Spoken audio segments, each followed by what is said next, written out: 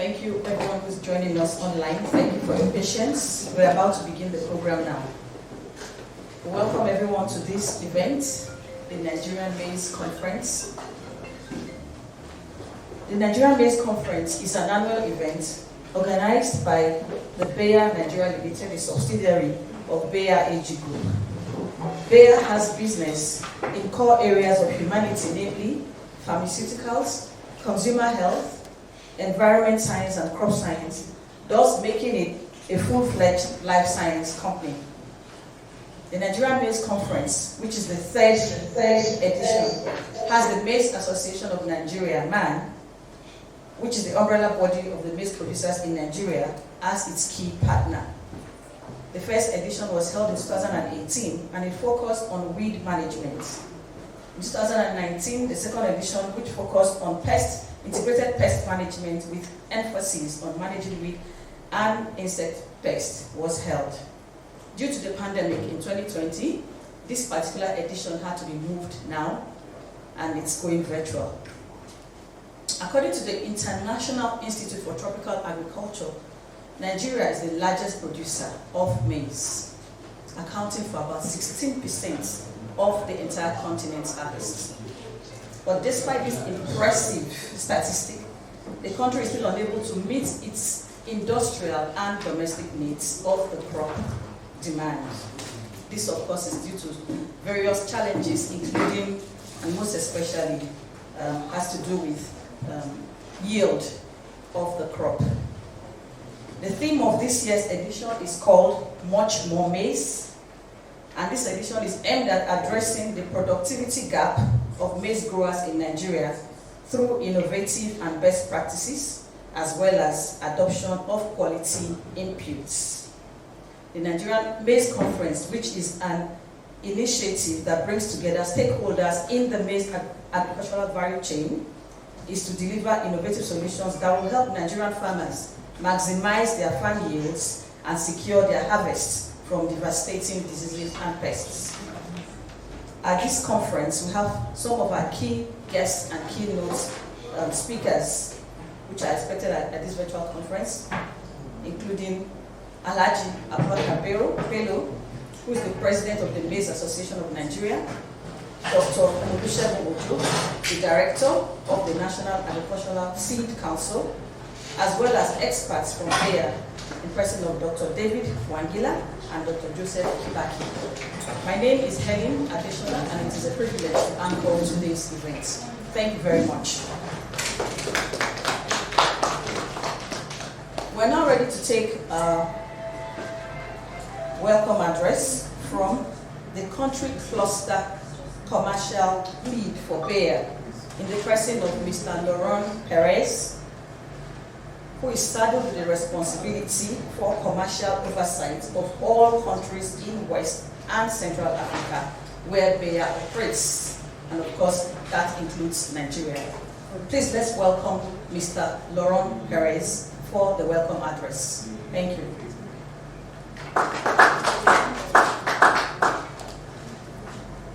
Products that respect environmental constraints and human health. So we now have the lagoon in herbicide and belt expert on fall armyworm. These two products, for example, allow the farmer to use reliable products and guarantee yields and therefore high income for farmers. Then by providing farmers with hybrid seeds, yellow hybrids and white hybrids, allowing the farmer to considerably increase yields. In addition, we have decided to invest as Bayer Nigeria for the production of hybrid seeds. The objective is from tomorrow and within 3 or 4 years to have seeds produced only in Nigeria and not imported from other countries. And also, we will promote the cultivation of maize by setting up demonstration trials with our products and by giving technical support to our distributors, technical institutes, association of farmers, or farmers. And finally, Bayer will continue to innovate for crop protection products, to innovate to have very high quality hybrid seeds, and also to be an innovator in digitalization. In fact, Bayer does not only offer quality products, but also Bayer offers a full package: seeds, crop protection products, and technical and marketing support for our products. The success of growing maize also depends on you. You are the ones around the table who will make this maize crop a success. It is you who will allow this crop to be a major crop for Nigeria. And you are ready as a Bayer to be with you on this path of success. So I will wish you an excellent meeting, and it will be, I'm totally convinced, a meeting, a high quality meeting. So have a good meeting then, and I will now give the floor to the moderator. Thanks.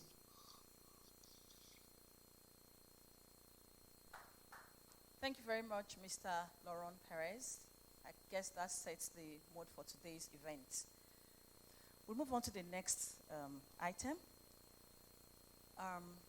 Earlier on, I said to us that we had in our midst here the president of the Maize Association of Nigeria, in the person of Alhaji Abubakar Bello. I would like to please welcome him up front. Mr. Alhaji, Dr. Alhaji, please welcome.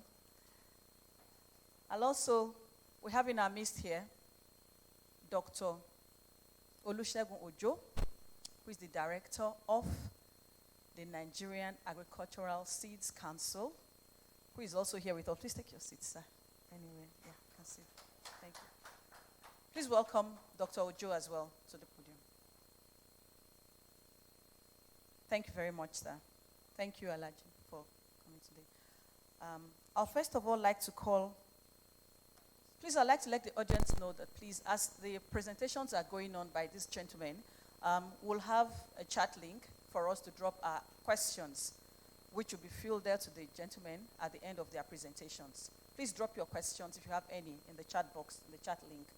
We have with us here, up front, the president of the Maize Association of Nigeria, in the person of Alhaji Abubakar Bello. You're welcome, sir. Thank you for joining us this morning.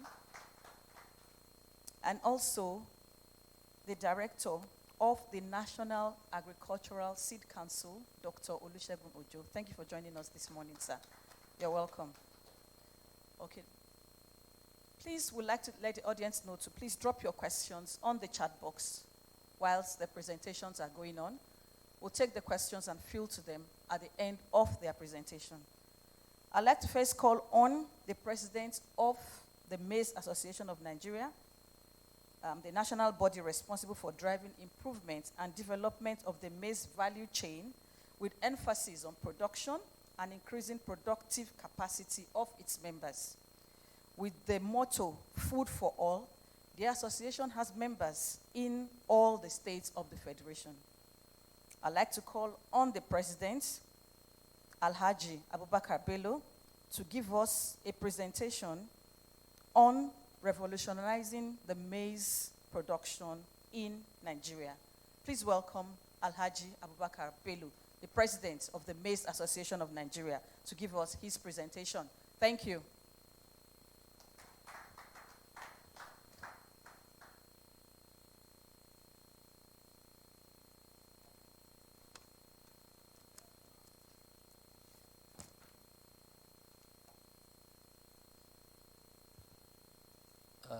All protocols duly observed. Good morning, ladies and gentlemen. I'm glad to be here with you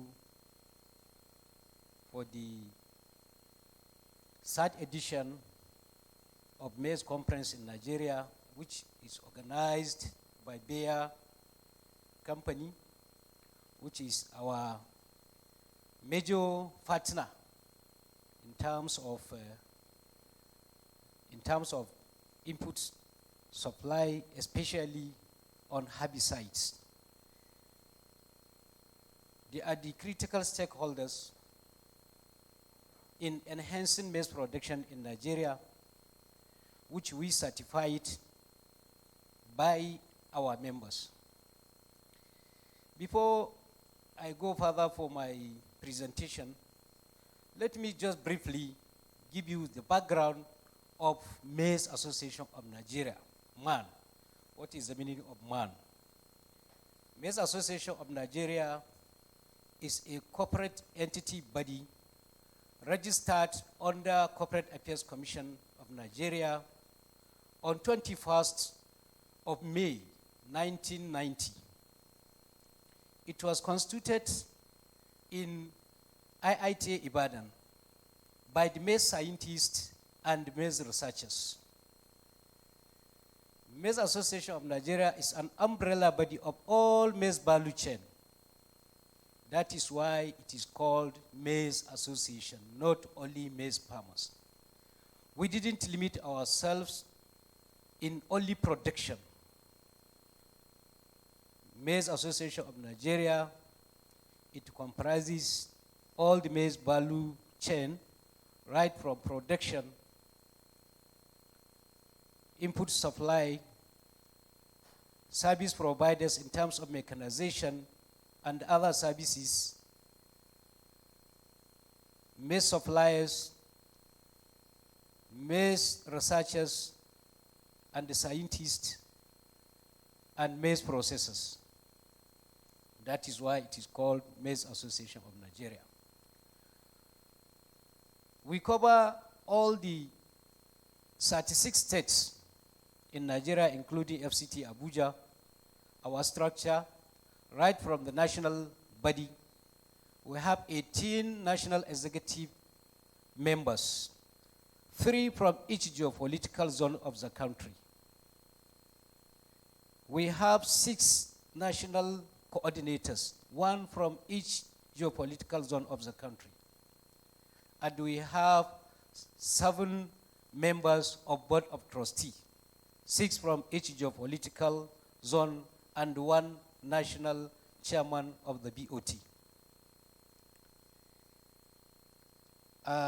The association is working with many relevant bodies in terms of agriculture, nationally and internationally. So, briefly, this is the background of Maize Association of Nigeria. Let me go through my presentation. I seek this opportunity to ponder a bit on the constraint that are limiting the production of maize in Nigeria as a food for thought for sharing knowledge and expertise to improve productivity of maize farmers in Nigeria in a sustainable and profitable way. Along the way, I may be able to answer the question, is there a maize revolution going on in Nigeria? And what are the things we could do better to sustain a revolution of maize production in Nigeria? I will start by saying that maize is an efficient plant for capturing the energy of the sun and converting it to food.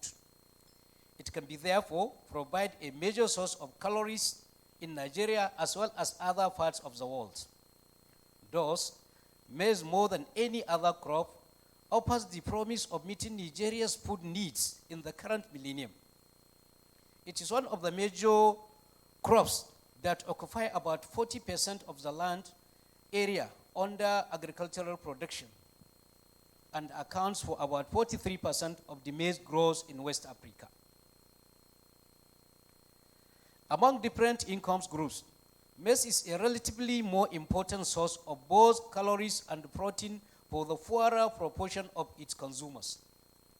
All of the 36 states of the FCT, Federal Capital Territory, grow maize. However, states with the highest maize area under cultivation are Niger, Kaduna, Ogun, Kogi, Taraba, Katsina, Oyo, Plateau, Ondo, and Kano. Together, this account of 60% of maize production in the country. No other crops is distributed over so large an area. Maize has been in the diet of Nigerians for centuries. It is stated as a subsistence crop and has gradually become more important crop. Maize has now risen to a commercial crop on which many agro-based industries depend on as raw materials. Are we witnessing maize revolution in Nigeria? On the affirmative, Nigeria is producing 10 times more maize yearly now than it did at independence in 1960s. Our yearly national production figure doubled between 1999, when the country returned to democracy, and 2019, and that the figure is the last 5 years are the highest ever. This streak of high production between 2014 and 2019 has taken Nigeria to the second spot among maize producers in Africa, behind South Africa with an average of 12.9 million metric tons per year, and then Nigeria's yearly average was 10.8 million metric tons.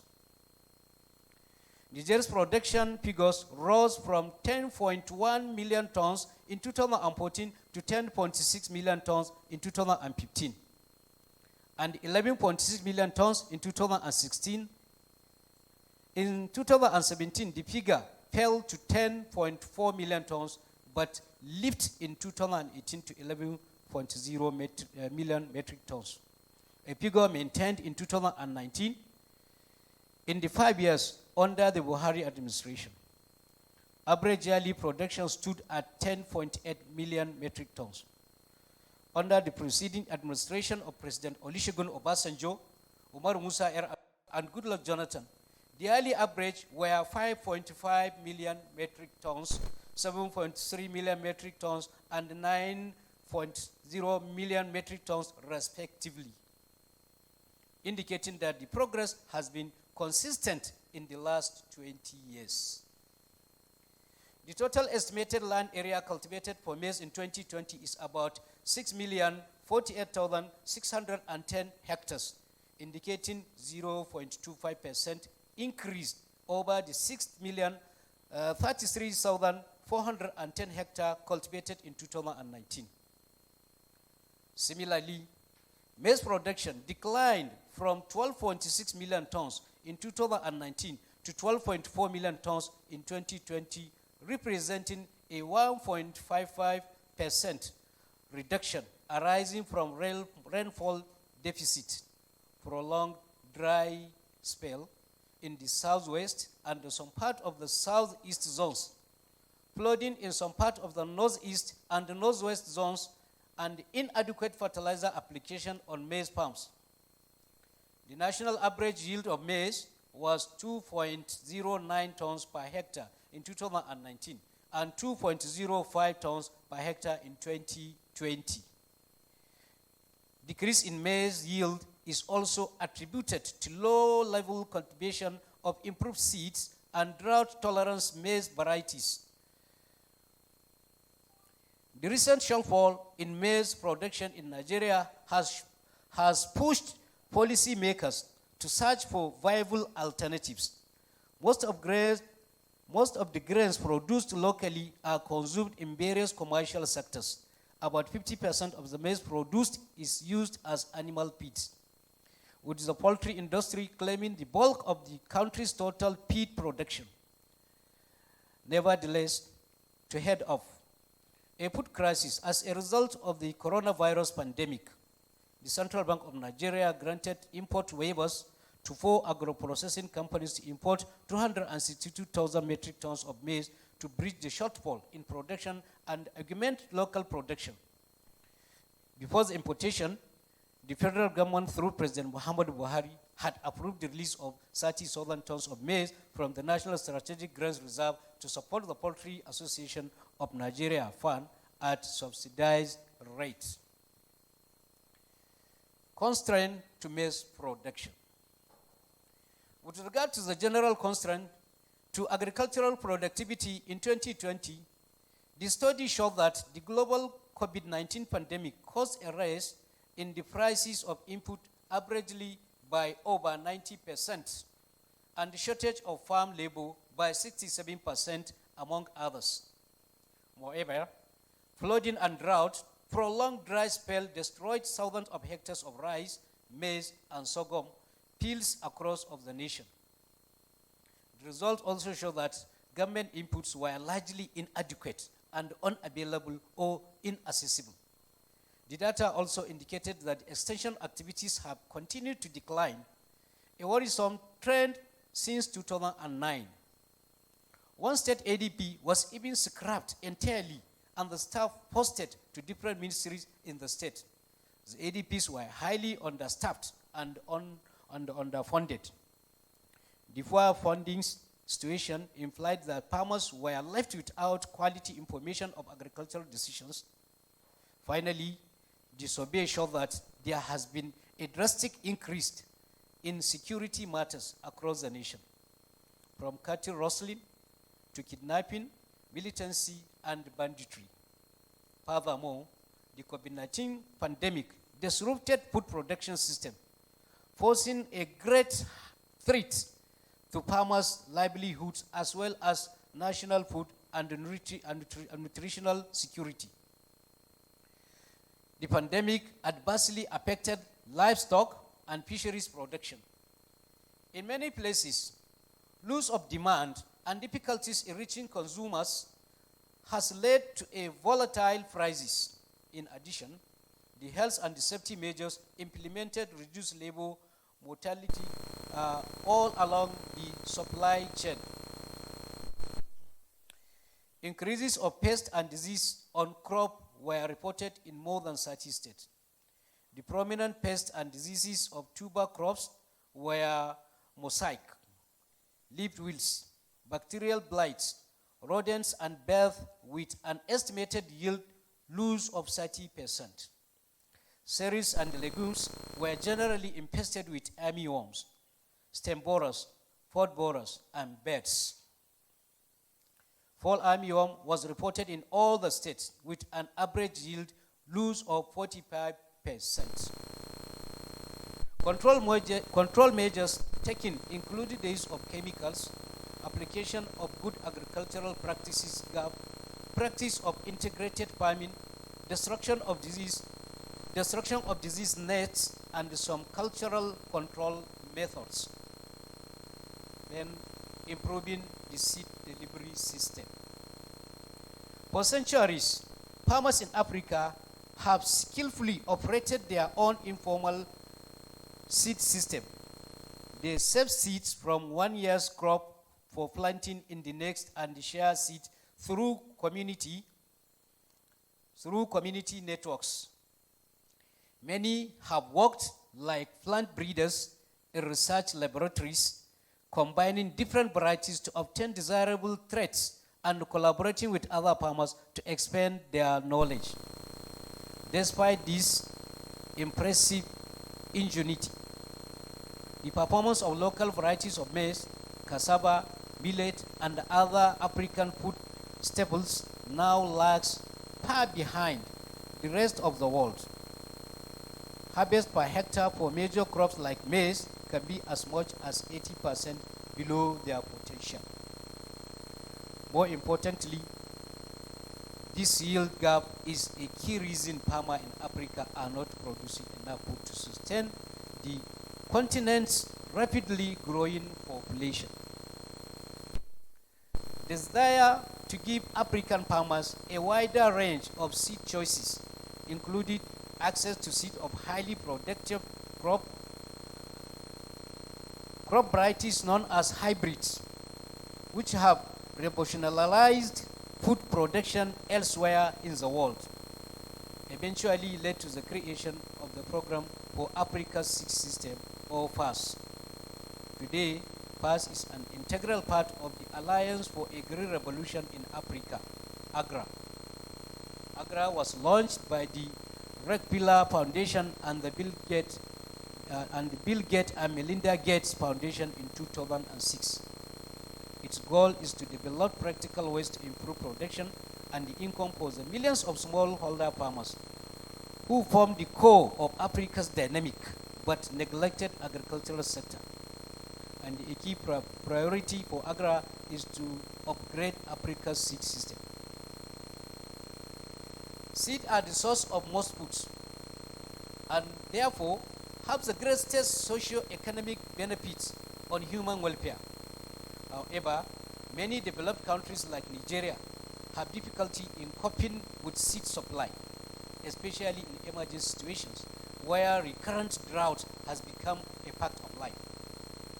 Hence, understanding the supply system and the factors limiting the production, marketing, adoption, and use of improved seeds is of paramount importance for promoting maize production, improving farmers' income, alleviating poverty, and ensuring food security.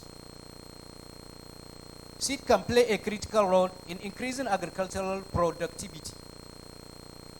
Seed has been described as an essential, strategic, and relatively inexpensive input that often determines the upper limit of crop yields and the productivity of all other agricultural inputs. Improved crops varieties and quality seeds as the most viable ways of improving agricultural production and food security in a sustainable manner. Maize has relatively yield advantage over traditional crops such as millet and sorghum. In Nigeria, there exists a fairly developed formal maize seed production system. However, this is not as elaborate as in Eastern and Southern African countries.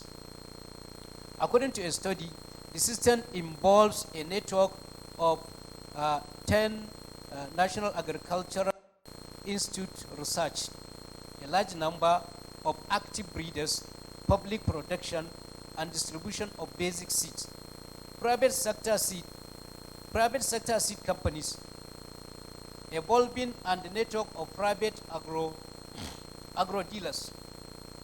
Despite this, weakness exists in the system that include quantities of certified seeds and inadequate production of breeder and foundation seed is low, and seed distribution and information dissemination network are poor. Improved varieties are released slowly, and this enhances the dominance of the low-yielding local varieties. Requirement for certified seeds far outweighs the supply. However, effective demand is less than 10% of the required of all crops considered. The challenges in making this technology more commonly adopted lie in the poor understanding of seed system, gaps in the access agricultural input in general, and the farmers' lack of knowledge about how improved varieties can affect their yields and their lives. There were efforts to devise more effective seed dissemination schemes. The transformation agenda of the federal government and the West African Agricultural Productivity Program, WAF, are the latest interventions in this regard.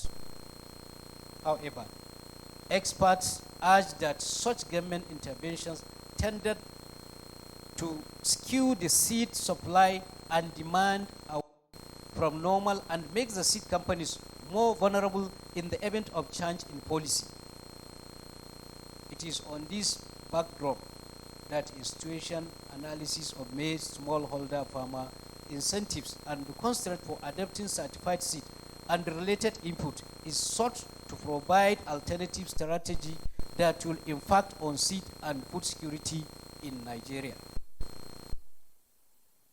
Several years ago, a group of agricultural experts at the Rockefeller Foundation, frustrated by the state of agriculture development in sub-Saharan Africa, stated a program with a simple mission. They wanted farmers in Africa to have something farmers elsewhere in the world take for granted: a steady supply of seed for more productive or improved crops varieties. This seed could help the farmers generate higher crop yields and overcome the constant barrage of plant pests, drought, and disease that are the enemies of agricultural everywhere. Finally, the man's achievement. Some of the man's achievements in its stride to facilitate the maize revolution are listed as follows. Extend its membership increased from 120,000 to 5 million farmers across the country. Number 2, facilitate access to mechanization and the capacity building of its members on good agronomic practices. The third one, empowered more than 1 million farmers for off and on-season maize production directly and indirectly through ANCO borrowers program. Provided 126 units, tractors with full implement, and provide the same number of jobs opportunities to use as coordinators under Man Mechanization Company. Reduce and control fall armyworm in collaboration with Federal Ministry of Agriculture and Harvest Fields. Expand maize production in the southern part of the country. Advocate to the federal government to ban maize importation into the country, which we have succeeded. Introduce digital monitoring and evaluation system in maize farming. Participated in the Federal Ministry of Agriculture program, maize doubling in 2005 for food security in the country. The last but not the least, produce maize certified seeds and supported federal government program under GS in 2014. Finally, let me use this opportunity to forward our sincere appreciation to the Bayer company that are providing a higher quality product to our farmers and organizing this conference and giving us opportunity to make this presentation. I will not conclude my speech without also forward our appreciation to the Central Bank of Nigeria, especially the Governor of Central Bank of Nigeria, who is the backbone of all these achievements under Maize Association of Nigeria. Through this program and ANCO Borrowers program, it is through that program that we empowered more than 1 million farmers under Maize Association of Nigeria. It is also through that program we were able to introduce digital system in maize farming in Nigeria. Also to enhance our capacity building in terms of mechanization. More and more success and achievement has made under this program. So we will not forget, and the history of Nigerian farmers, especially smallholder farmer, will never forget the Central Bank of Nigeria, especially the Governor of Central Bank of Nigeria and the Director under Development Finance and his team that are working all the 24 hours, round the clock, every day and night for the success of smallholder farmer in Nigeria. I would also like to forward our appreciation to the Federal Ministry of Agriculture for their support to Maize Association of Nigeria. Since when this association was created in 1990, we were working together with them, and they are in our support 100%. Each regime that came, we are still together with them because of the support of the desk officer of maize value chain in the ministry. We sincerely appreciate. Finally, I want to thank everybody that is here, present, and other colleagues that join us through the our Zoom conference. I can say our father, and then one of the pillar of man that is here present with us, the director, National Seed Council of Nigeria, is also one of the pillar that is supporting man personally and by his parastatal. Always they are in support of Maize Association of Nigeria. In my presentation, in our achievement, I have made mention that we produce seeds in 2014 to support the federal government program under GS. It is with the support of the National Seed Council of Nigeria, the DG, that is giving us support. Thank you very much, sir. We really appreciate. Finally, I want to thank everybody. Thank you for listening. Thank you.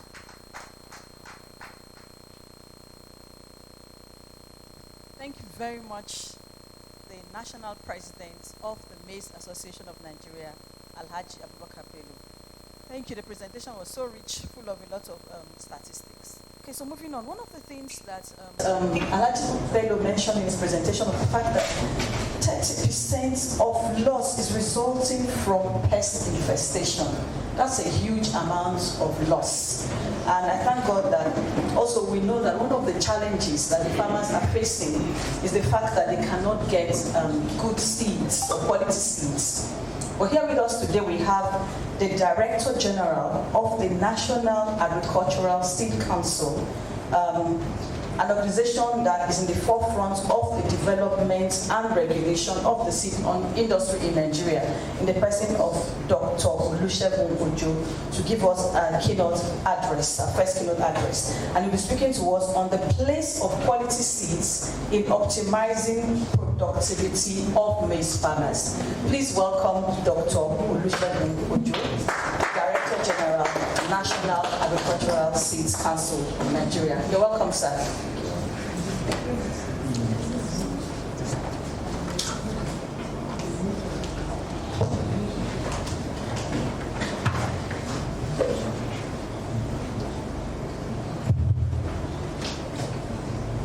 Good morning, everybody. Let me recognize the protocol that is established already. But I will feel my responsibility if I don't personally recognize the National President of Bayer, who is here present, who has been doing a very good job. I remember Pastor Adenola, and I remember how we started. And I'm happy to see my brother here, who has been the Secretary of Man for years. I want to also extend my fraternal greetings from the National Agricultural Council, the agency of government responsible for regulating and coordinating the seed industry. It is actually my singular honor and privilege to present this keynote address on this auspicious occasion put together by Bayer Nigeria, which has brought together stakeholders in the industry to interact and provide solutions towards maximizing the yield of maize production in Nigeria. I am pleased with the team that you are choosing for this convergence. Indeed, much more maize is needed to feed the needs of our increasing global population. As we already know, maize is the most important food crop in Sub-Saharan Africa, Latin America, and actually maize is a key Asian crop. It is an important staple food for more than 1.2 billion people in Sub-Saharan Africa and Latin America. And more than 300 million Africans depend on maize as their major staple food crop. You had the national president who said, and I want to corroborate here, that Nigeria is the largest producer of maize in Africa, producing over 16% of the maize production in Africa. And according to FAO, Africa contributes only about 7.4% of global maize production and consumes well over 21%. And the gap, we all know, is actually filled through importation. You can see why much more maize, if we must be successful in the face of daunting challenges and many growing threats to food production. From climate change, you mentioned many of them, increasing drought, pests, and decreasing gains in productivity. No doubt, we have to respond to these challenges urgently and decisively to ensure food production can double without depleting or destroying natural resources. Ladies and gentlemen, The development, production, and dissemination of quality seeds of maize, among others, is central to providing adequate response to these many challenges. A strong seed system with linkages between all stakeholders is therefore essential for delivering quality seeds and improved crop varieties, which in turn are crucial for global food security and survival of smallholder farmers. Because we are here because of the interest of smallholder farmers.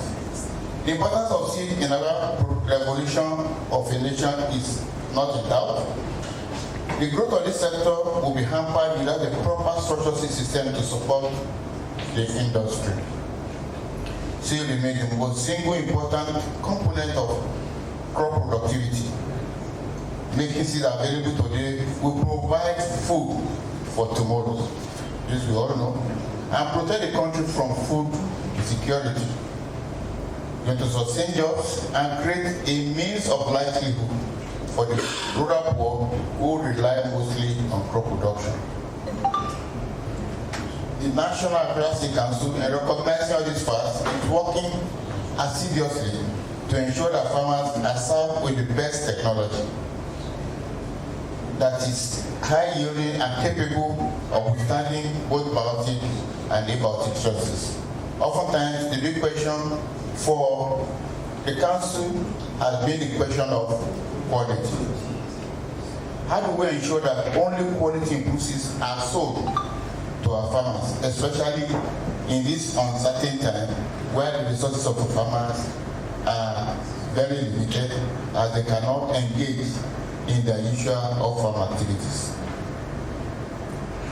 In Nigeria today, over 140 varieties of maize have been released, both by public research institutions and privately bred to all in a bid to ensure increased genetics and productivity. Despite this number, which translates to most of the varieties of crop released in Nigeria, we can still say that productivity has not yet peaked when compared to other countries of the world.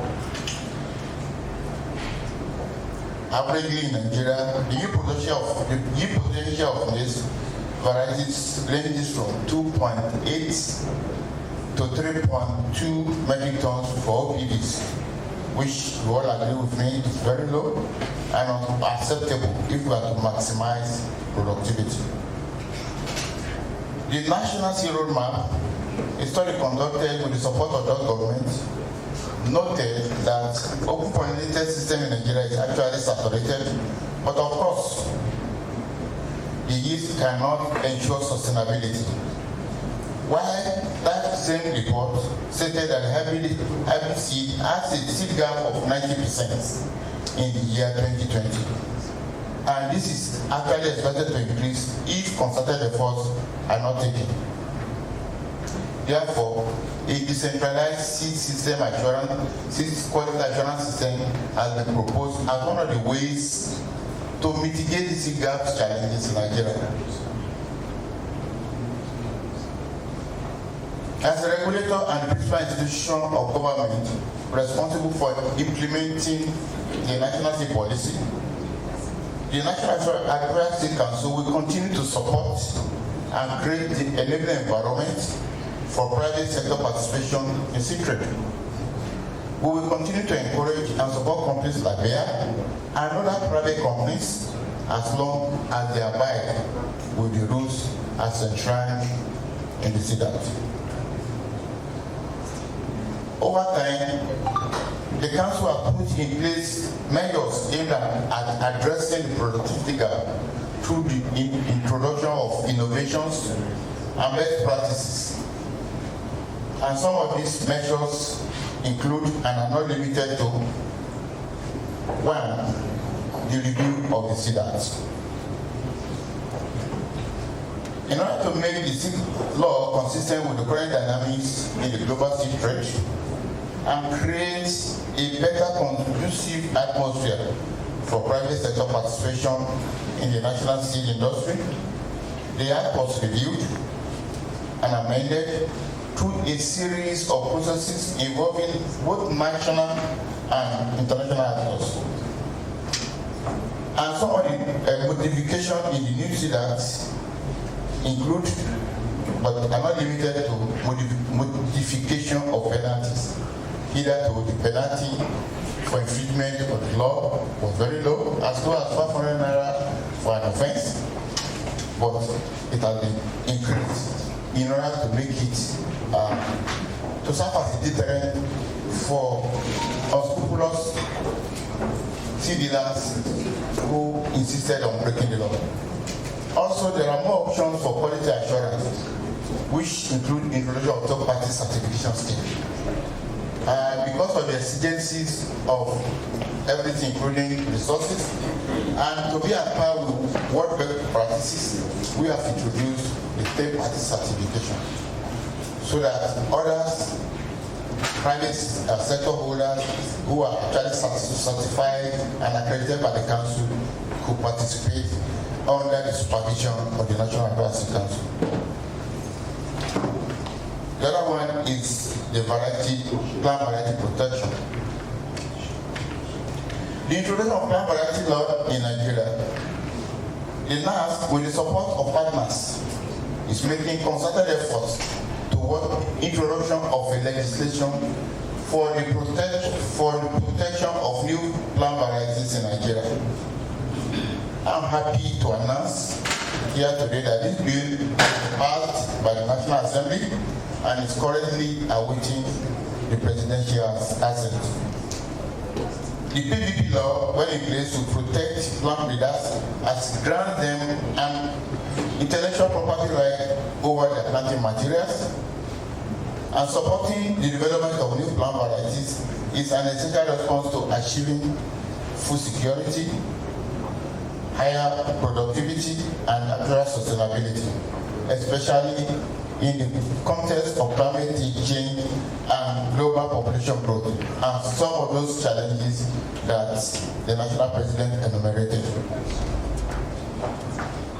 Also, in order to ensure that farmers have adequate access and are given good quality seeds, we have introduced what we call turnkey electronic seed authentication system called the Seed Codex.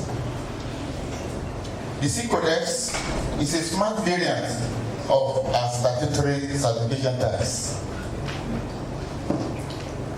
The Seed Codex enables farmers and other seed users to instantly verify the authenticity of what is in the container without even going to plant.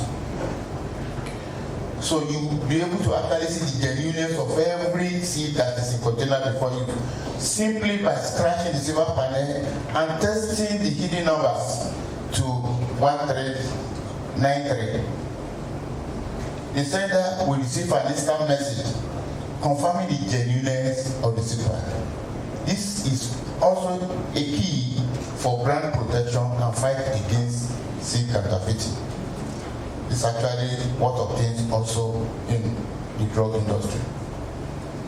4, we are setting up, we already have a diagnostic molecular facility, and in line with international best practices, we have upgraded a certification process by commencing digital certification.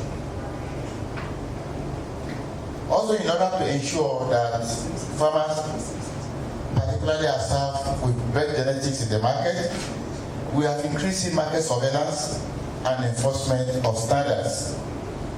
The Council, in collaboration with National Security and Civil Defense Corps, has set up seed market surveillance and enforcement of standards to reduce issues of fake, adulterated, and counterfeit seeds. And to this end, we have created a department that is leading and coordinating this effort. Also, the development of plant descriptors is actually in place. NAS, with the support of donor partners, have developed pictorial plant descriptors for 17 varieties of maize. And I'm sure, going forward, farmers particularly many of them in your constituency, we have very good quality seed with some of these innovations that we have put in place. Then there's the digitalization of seed field inspection. Registration and certification has been developed to ensure transparency, traceability, and accessibility is enshrined in seed quality assurance scheme through the instrumentality of the seed tracker. Also, the seed quality assurance protocol in Nigeria is constantly evolving to meet international best practices and for sustained and increased productivity. Over the past few years, the International Seed Testing Association accreditation that we are involved in has scaled various stages, and we are now in the audit stage. Our laboratory is going to be audited for full membership of ISTA. This in essence means that ISTA we have a National University Council, we have ISTA recognized seed testing facility which is aimed at increasing quality of seed produced in the country. National President, other members, that I have President, ladies and gentlemen, at this juncture, let me express my gratitude to Bayer Nigeria Ltd for a contribution to the Nigerian seed sector and convening this convergence. The outcome of this conversation, we know small major contribute to many efforts that have been introduced to address some of the challenges of the seed industry in Nigeria, especially as it concerns the maize sector. I want to thank you all for your time. I wish you a very, very successful and productive meeting, and I look forward to the results of your deliberation. Thank you very much.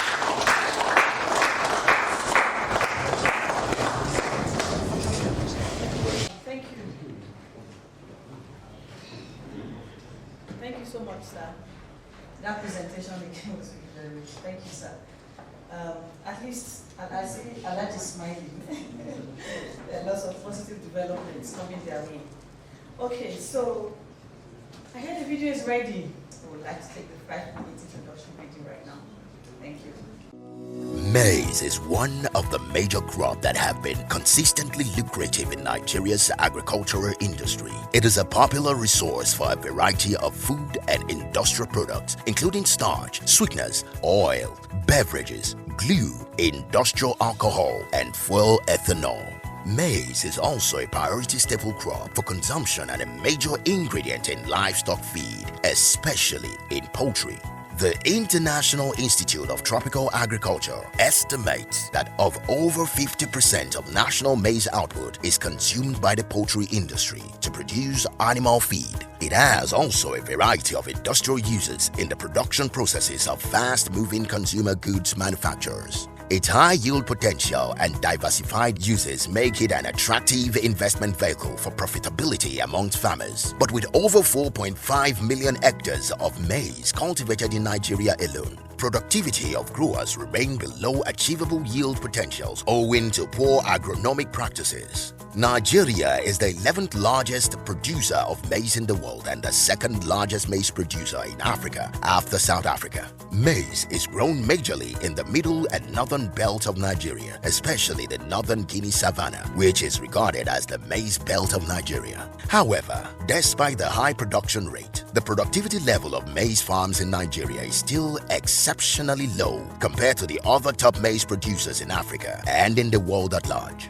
When a maize farm in Nigeria yields 1.8 metric tons per hectare, a maize farm in Egypt yields up to 7.7 metric tons per hectare, whilst in South Africa, the maize yield is 5.3 metric tons per hectare. The low productivity can be attributed to crude operation on maize farms and the use of poor seeds or grains for cultivation. The poor weed control measures and unreliable insect pests management, especially fall armyworm, also affects the performance of the maize crop, its yield and subsequent productivity and profitability for the average maize farmer. In the last 5 years, the average yearly production of maize stood at 10.8 million metric tons. In 2014, Nigeria's production figures rose from 10.1 million metric tons to 10.6 million metric tons in 2015 and 11.6 million metric tons in 2016. However, the figure fell to 10.4 million metric tons in 2017, but leaped in 2018 to 11.0 million metric tons, a figure that was also maintained in 2019. According to the International Institute of Tropical Agriculture, IITA, Nigeria needs to produce 20 million tons of maize to provide for its food, animal feeds, and other product demands. To achieve this target, agricultural productivity needs to increase to 60% and would require innovative seed and modern crop protection products. With the use of disease-resistant seeds, proper weed and insect management, as well as good farming protocol, from planting to harvesting, maize farmers can increase their productivity per hectares to yield more maize, which in turn will lead to increased profit for the farmers. So, there is a need to stimulate innovative culture for maize cultivation and shift towards more sustainable and effective practices that will spur increased productivity for maize growers. The Nigeria Maize Conference is Bayer Nigeria's way of helping Nigerian farmers to close the productivity gap in maize farms and ensuring increased productivity by highlighting best farming procedures to achieve high yields. Bayer, science for a better life.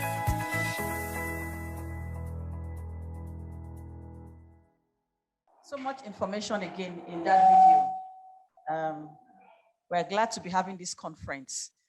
When the Director General of the National Agricultural State Council was giving his keynote address, he said, long and short of the whole, problem, or one of the problems is that we are consuming more than we are producing. That is really appalling because Nigeria is blessed. We have arable land. And maize is something that if you can even grow it in your backyard, a lot of people have maize in their backyard. So I think this conference is actually very, very timely for us to see how we can bridge this gap so we can stop importing maize so that Alhaji and his people can, have more work to do. And of course, it will tell a lot on the economic lifestyle of the people as well. The Director General also mentioned the fact that it's not just about the seed having that a seed comes up against, maybe like issues with pests and all of that, which is one of the things that Bayer is going to help us do as we move on this event. So whilst they were speaking, we had asked you to send in your questions for the Director General and the National President of the Maize Association. So we have here, okay, I'll wait for Dr. Joe to return. I'll give the second one to Alhaji. He said 750 hectares was to be cultivated under the dry season. Okay, 750,000 hectares was to be cultivated under the dry season commercial production involving 200,000 farmers. What is the status? The question is directed to you, Alhaji, sir. There's a mic by your side there. You can sit down.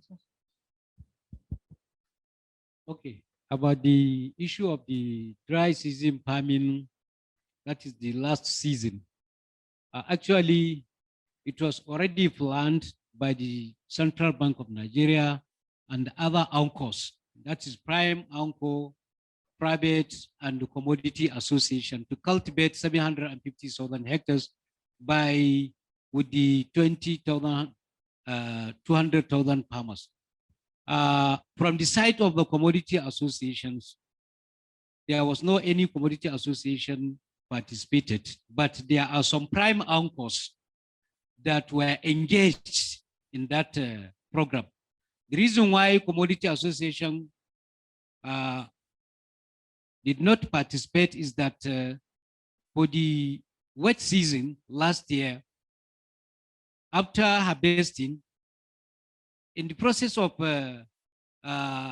this anchor program, it was already well arranged that there is a recovery for the each and every season, after which you have finished with this one, then you go to the next one. Then also, there are some other procedures in terms of mapping, validation, verification of PBN. So along the line, after submitting all the lists from all the commodity association under maize value chain, before they finish all the verification, the time has already gone. So, but for the prime anchors, there are so many anchors, private anchors that participated in the dry season. But specifically, I can't say this is the actual number that were cultivated or the number of hectares cultivated. But we are on course because the farmers that we has already verified from our own site was already submitted to CBN, which are now going to roll.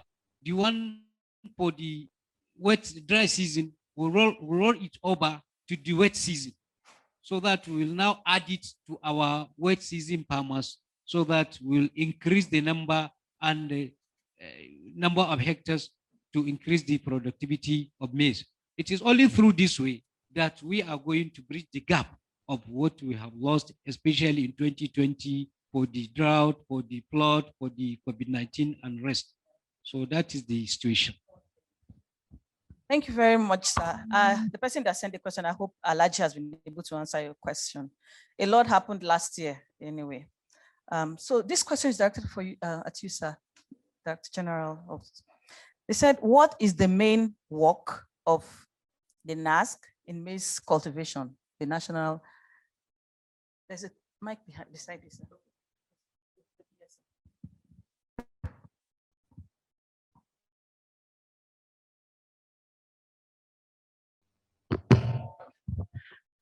Yeah, thank you very much. The main work of the National Classic Council in maize cultivation.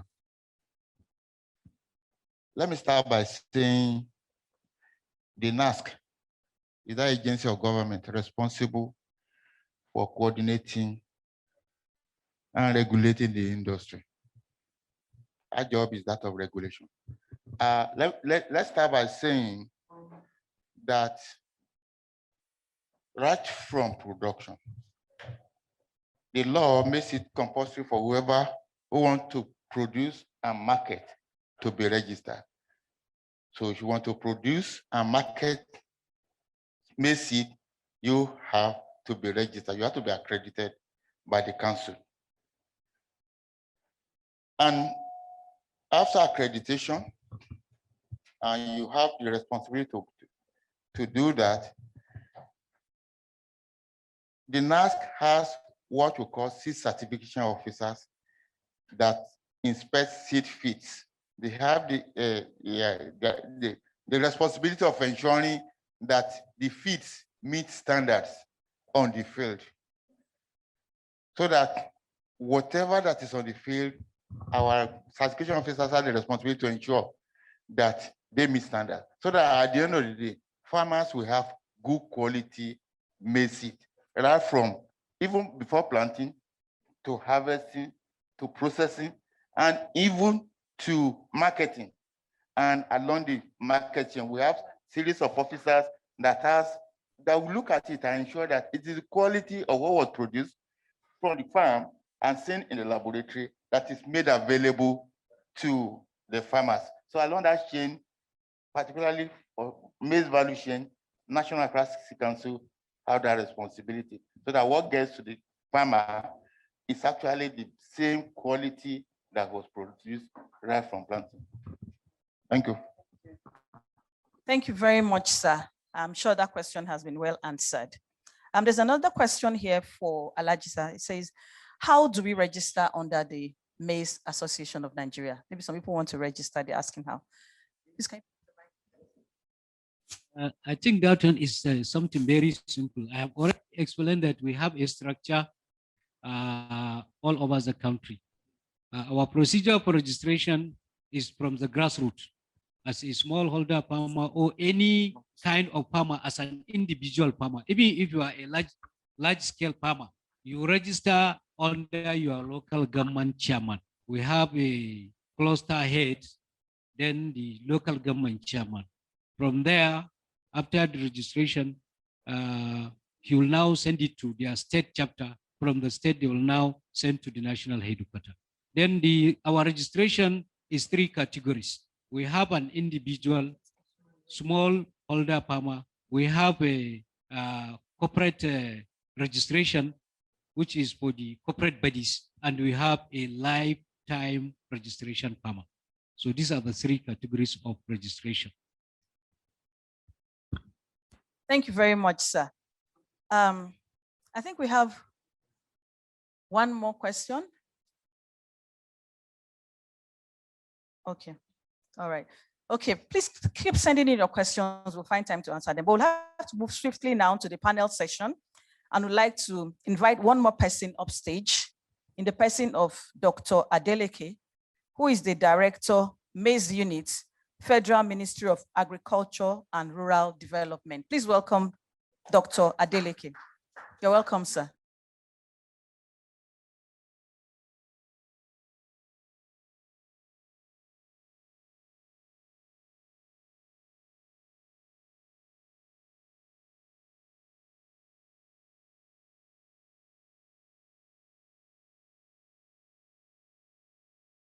You're welcome, Dr. Okilola.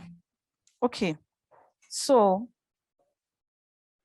these are the members of, we're going to have a panel discussion, like I said, and we're going to be fielding questions and directing them at the various individuals on stage. We have the first question going to Dr. Adeleke from the Federal Ministry of Agriculture and Rural Development. What is the mandate of the maize unit of the Federal Ministry of Agriculture and Rural Development? Please, sir. Can you pass the mic? Okay, he has a mic. Thank God. All right.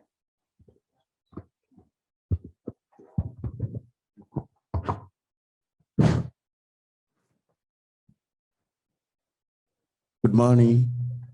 Let me stand on existing protocol that has already been established. I want to congratulate Bayer for this third conference. Bayer, a conglomerate, has been very consistent in bringing us together to Georgia and move the production, processing, and marketing of maize as a value chain together. Well done. As regards to the question asked, what is maize unit of Federal Ministry of Agri doing in respect of maize production in Nigeria? Let me first of all state that there's what we call generic function and a specific function for staff of the Ministry of Agri, Federal Ministry of Agri. The generic function has to do with bringing up, assisting in the formulation of policies that guide federal government into agriculture. We know that one is not limited to maize production. There are so many units under Federal Ministry of Agri, departments and agencies that bring up that ministry. So we have the livestock, we have the crop, we have the mechanization, we have the land, we have the fishery, we have forestry, and some other ones that are related to agriculture. In this respect, the Ministry of Agri work hand in hand with presidency to come up with the policy that will be guiding the country into whatever it was to achieve in agriculture. That is the generic function. And it is the staff of the ministry that do this.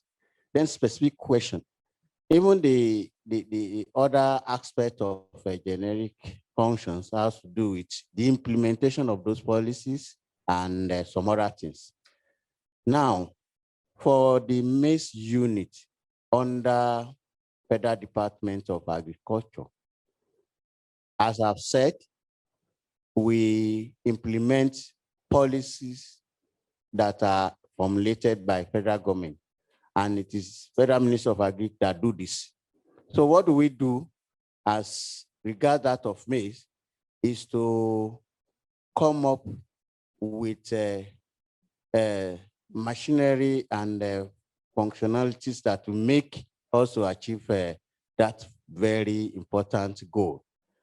For now, what we have in the ministry is the data which has been presented by the president of Maize Association of Nigeria, that show that there is a gap between supply and demand of maize.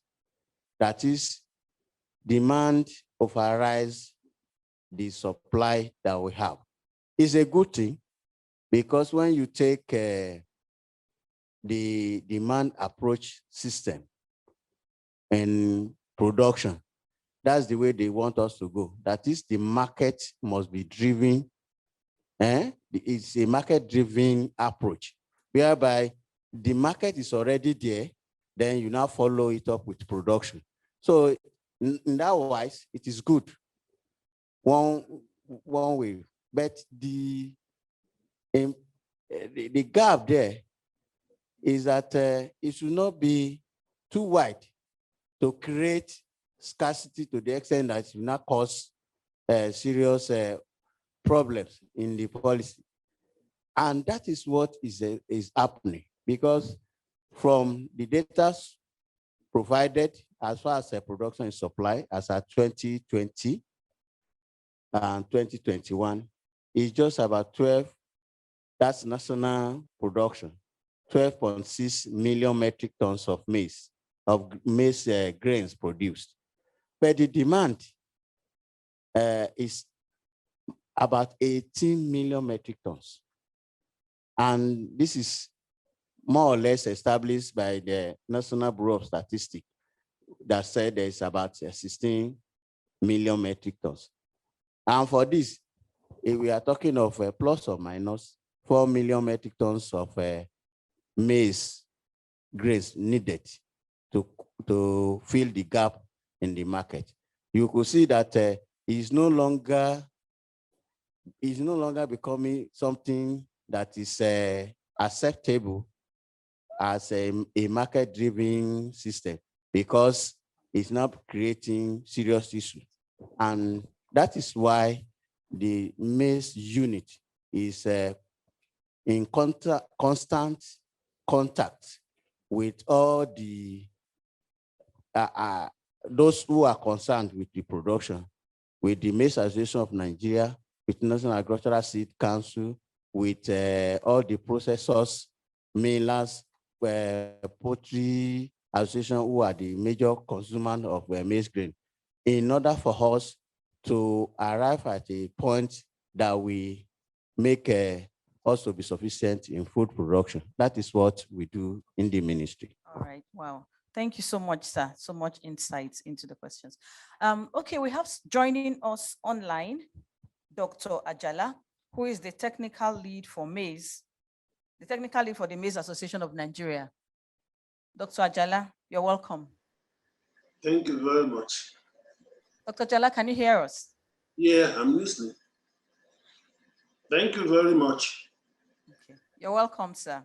Yeah, thank you. I'm sure you'll be following the program. We have 1 or 2 questions for you, so we can quickly let you go. As the technical lead for the Maize Association of Nigeria, one of the challenges maize farmers face is weeds. Can you give an overview of the impact of weeds on the profitability of maize farmers? I mean, this weed issue has been a lot. I mean, they just grow like that. So give us an overview of the impact of weeds on the profitability of maize farmers. Dr. Ajala, please. Okay. Weeds normally will reduce crop yields generally. And the level of yield loss can be as high as 50% in maize, especially the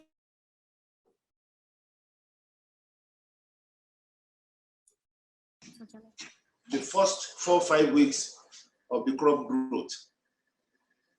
Consequently, it is important to ensure a weed-free environment for good maize production. For every week you delay weeding, we are losing yield because the weeds will naturally compete with the maize for space, for food, for everything, for nutrients, for even liquid. So it's better to eliminate them early enough and ensure that your maize established properly from the very beginning. It can reduce yield by as much as 50% in the first 6 weeks of growth of the maize, if not controlled. Thank you very much, Dr. Jala. We also know that based on your experience with Lagon, which is a pre-emergent herbicide used by farmers who plant maize, we hear that Lagon has made the use of post-emergent herbicide unnecessary. Is this true, sir? Would like to hear from you as the forefront. If Lagon is applied properly, there might not be any need to use a post-emergent herbicide. Yeah. I will explain. The concentration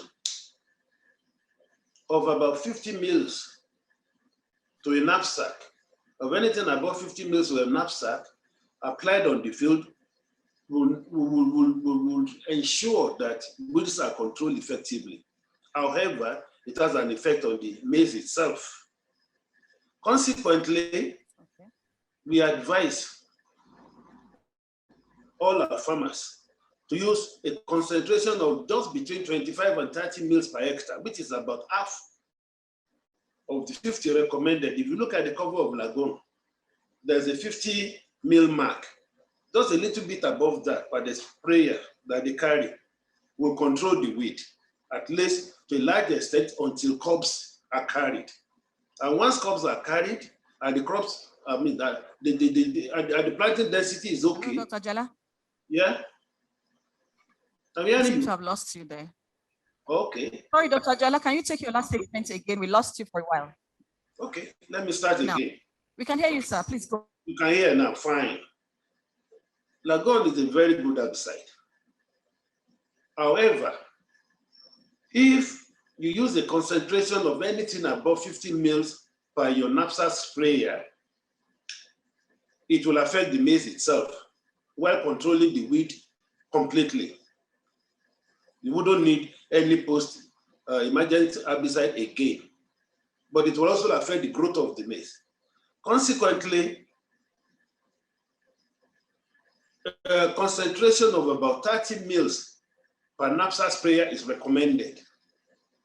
That will not affect your maize growth, and it will protect the maize from weeds until they are big enough and carry cobs. And if you have appropriate density, there will be no need to weed again. But if you don't have appropriate density, then there might be need to control weeds towards the later stage of the crop's growth. But if you have appropriate density, you don't need a post-emergent herbicide.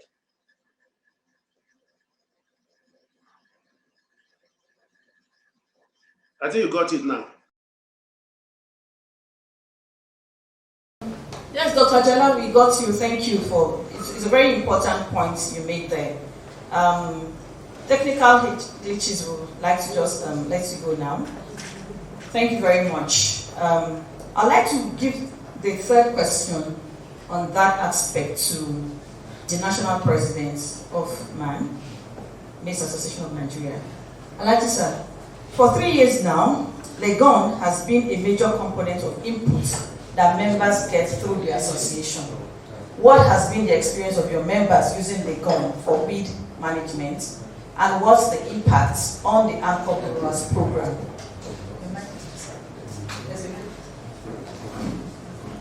On the impact of the Lagoon as a pre-emergence, yes, pre-emergence herbicide to control weeds.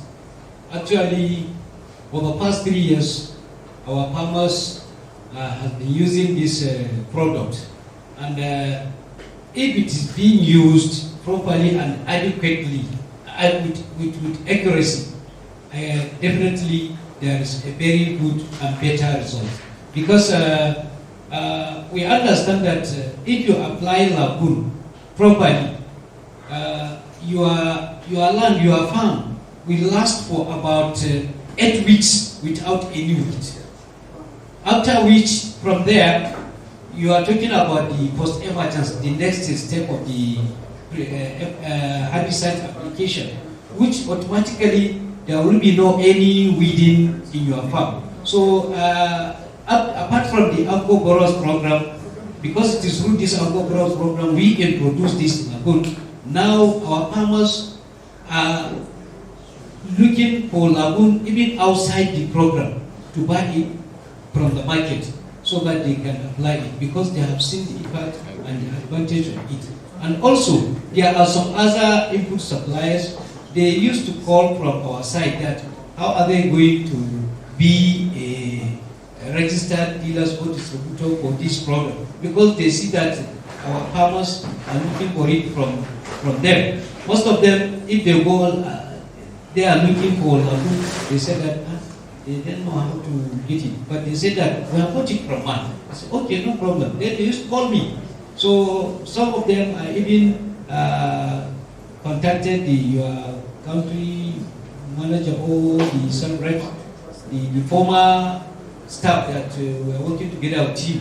I connected him with so many input dealers, input suppliers in terms of this lagoon supply. Why? Because farmers, they have seen a better and good result of it. Okay.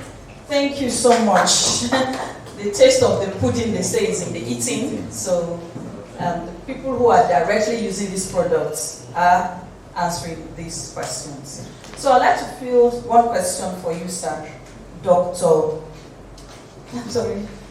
Okelola, I'm so sorry, Dr. Okelola from the NAS, the National Agricultural Seed Council. In the course of increasing seed production in Nigeria, what process and policy has the agency put in place to support availability of parent seeds? That's, the parent seeds to support seed companies in the availability of parent seeds for seed production. What efforts? Okay, thank you very much for that question. And as the agency saddled with the responsibility of ensuring that adequate quantity of seeds is made available in the country, particularly early generation seeds, because of their importance. One of what the council has done in recent One of what the council has done is to specifically register companies to do purely early generation seed production. Yes, particularly the commercialization of foundation seeds for sale to other seed companies, because we see that over the time, the NARIs that were able to saddle with this responsibility don't have enough manpower to continue to meet the demands for more seeds.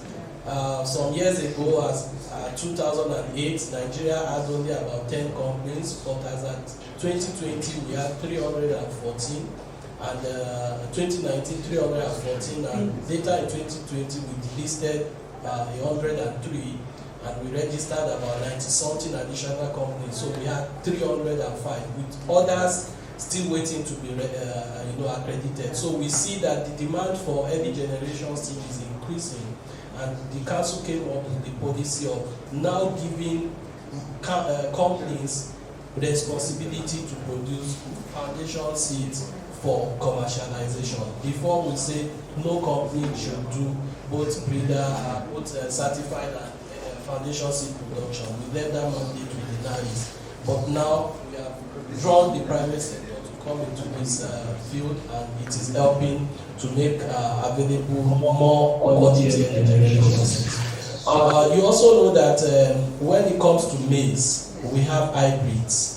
And for the hybrids, most of the companies that are producing the hybrids these are proprietary materials, and that is why the council is pushing strongly to ensure that we have a plant variety protection law in the country, so that most of these companies that are afraid of bringing their proprietary materials into the country for the sake of being copied or stolen will have that assurance that Nigeria is safe and secure for them to bring their parental material and do multiplication, and they can of course license for production of these seeds, and anybody that will use those materials will take the permit from them in line with the International Union for the Protection of New Varieties of Plants. We also make sure that for such companies, pending the gap when the PPP law will come into place, we give them, permit to import parental materials for multiplication. And in some cases also, we give permit to import commercial quantity of, hybrids for farmers' use in Nigeria. So these are a series of things that we've done to ensure that, seeds is made available to farmers. Thank you. Thank you. Thank you very much, sir. Also, because you are from the Federal Ministry of Agriculture and Rural Development, I'd like to fill one more question. Somebody said they're having issues with fertilizers. What's really happening to access fertilizers? Both the urea and the NPK are very scarce and expensive. What's happening? Okay, I know the director will add to that because he's directly from the ministry. But yeah, no, I'm also from the ministry, but yes, I feel it's better answered from him. I agree with you. Just yesterday, we had an interaction where the director of FIS was on that panel, and FIS is the farm input support services, just like of the ministry, and they are leading the drive to ensure that fertilizer adequate quantity is available. One of what has been done is recently the passage of the Fertilizer Act in Nigeria. Before now, we don't have a law that regulates the fertilizer industry. But now we have a Fertilizer Act that is being implemented and driven by the FIS, the Farm Input Support Services. And there are a lot of vendors, a lot of companies that have now been, registered and accredited to make available fertilizer to Nigerian farmers. So a lot of effort and work is going on. I know it's hard to that. Thank you. As a general sir, please could you just add more? Honestly, my colleague has done justice to that very question. What is actually happening is what he has said. The Farm Input Support Services Department has been given the mandate to, just like you have National Seed Council, yes, that guarantee quality seeds through all the certification and other processes. That is what the FIS is now doing. Make the fertilizer that we are going to use to make them available, yes, in quality and quantity. That's the responsibility, and the passage of that act, the signing it into an act just happened last year, okay, and they are swung into actions. By the grace of God, we will start seeing positive side in respect of availability and quality wise in fertilizer supply in Nigeria. Okay, thank you. Thank you very much. One more question for you, sir, Director. Okay, what has been the result from input support program for growers? What results have you seen so far? Thank you. Most especially as concerned maize, yes, production in Nigeria. Yes. I would say, without missing word, that Federal Ministry of Agric and Rural Development is trying, especially under this present federal, the Honorable Minister of Agriculture, Alhaji Sabo Nanunu. We had this recent COVID-19 that is still with us. And what the minister did we representing the is to show the effects of that COVID-19 on farmers, maize farmers. And I can authoritatively say, being the person in charge of this, what we first did was to procure 20 tons of breeder seeds, 25 tons of foundation seeds. This one, we know that they are going to be very important for further multiplication to farmer, which is going to happen this year and the coming year to satisfy seeds that will be available to farmers. So the minister also said that there is need for additional supply of seeds to farmer in respect of what they are going to use in 2020 and 2021. So we have procured 30 metric tons of certified seeds. Okay. And if you are, maybe you were around last week, you will see it in the news that the Honorable Minister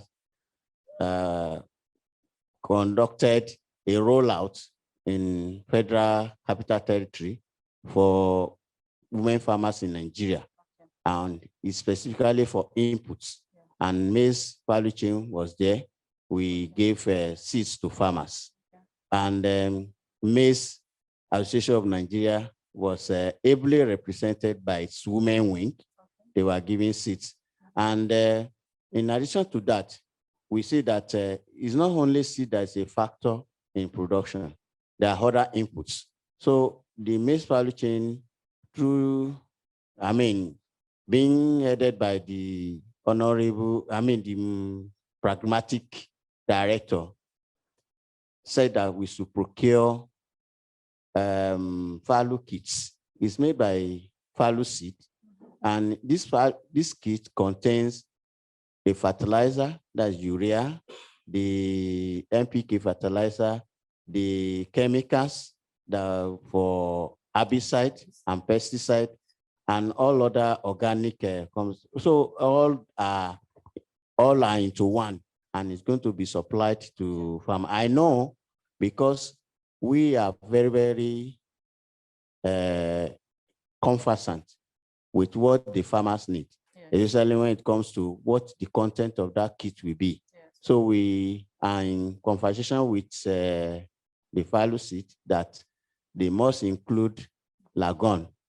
And another important chemical, which is user-friendly, is the chemical for control of and management of fall armyworm, and that is Bet Expert. Okay. And we are happy to have it now, because we have been waiting for it when Bayer said they will do it for us in Nigeria in 2018 when we had Benin International Conference on fall armyworm.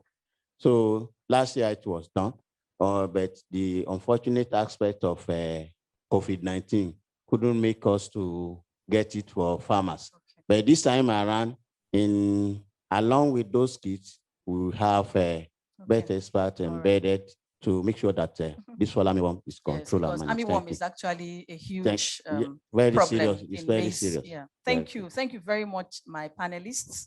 The National President of the Maize Association of Nigeria, Dr. Abubakar Bello, thank you very much.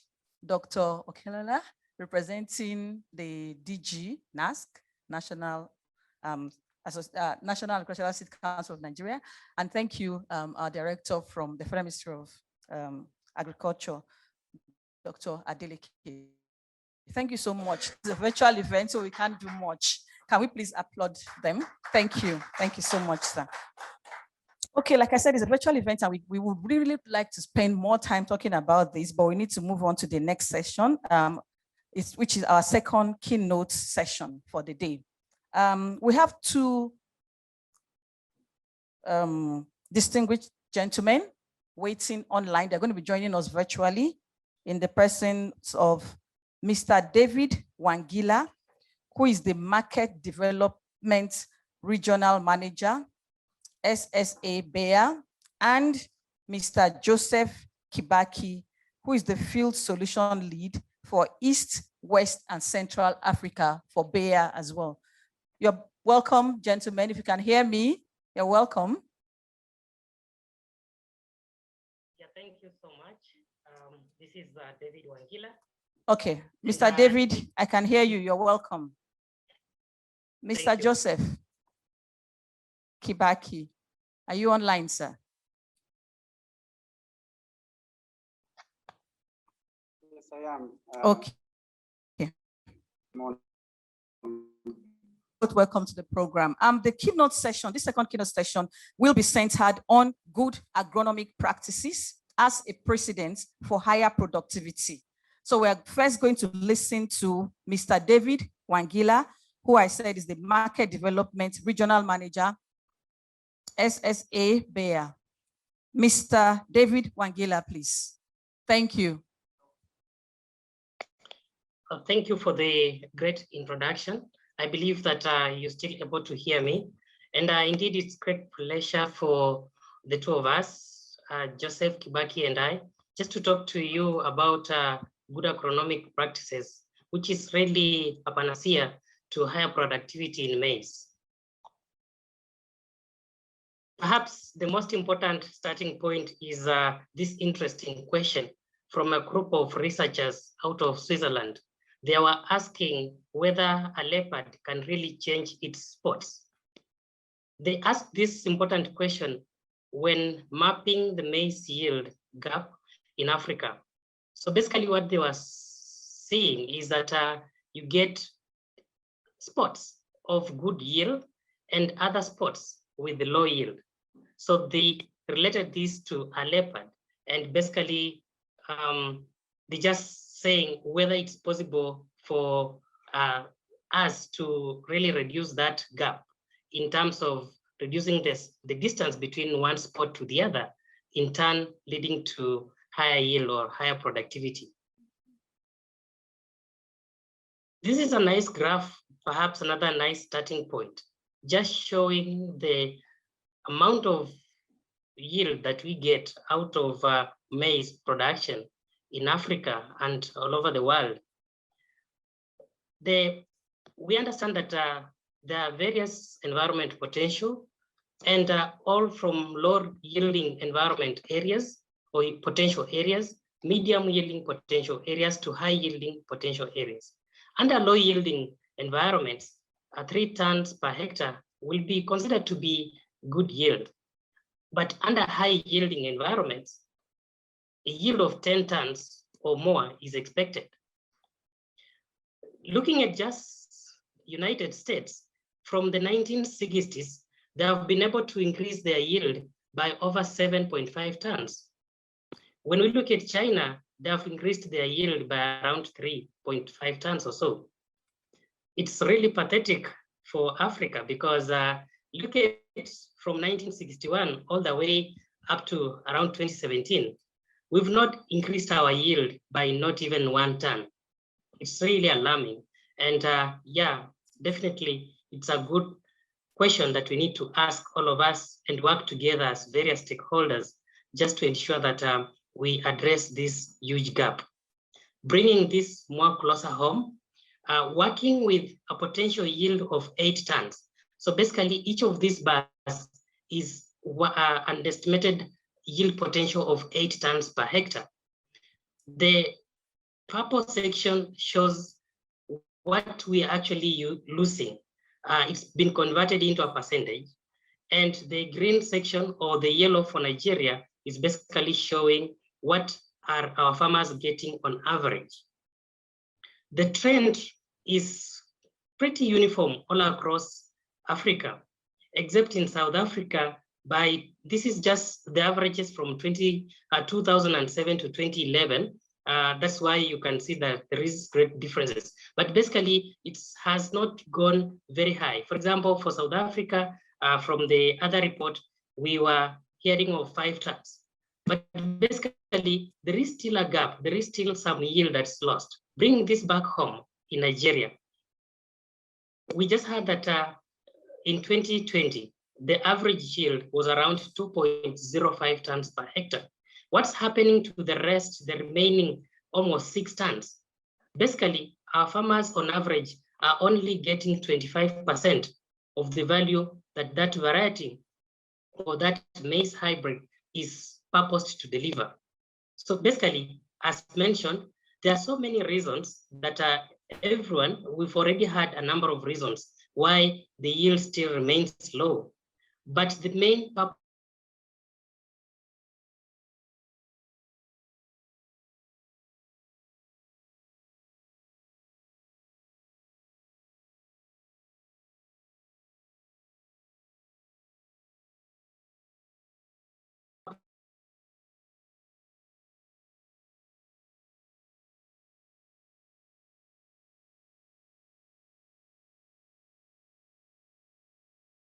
of market development colleagues in Nigeria. His name is Ayodele Kayode.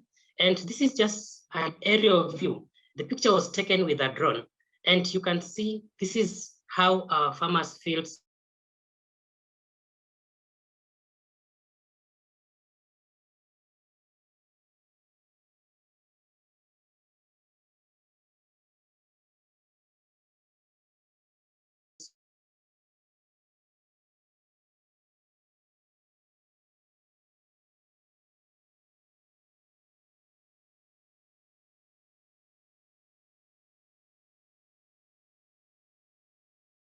look.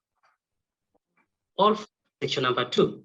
But nonetheless, as mentioned, one can come up with more than 10 reasons actually to explain why this field is headed to a poor yield. The soils definitely will come up to be top on the list. The low fertility will be top there, maybe number 2. Someone will talk about what quality of seed was planted. Someone will mention whether fertilizers were used and what quantities were used. Someone will even go to an extent of mentioning how was planting really done in such a field. Later in the season, when we get this crop, we're not sure whether it's really infested by disease or insect pest. We've mentioned of fall annual. So basically, these are just some of the challenges, some of the questions that we really need to focus on and address in terms of helping our farmers get better yield and get much more maize. The trend actually is, so overall, basically such a farmer, before even planting, a farmer starts losing yield. How? Because of the decision, because before you plant, you need to make a decision. And if you make a wrong decision, you headed towards poor yield.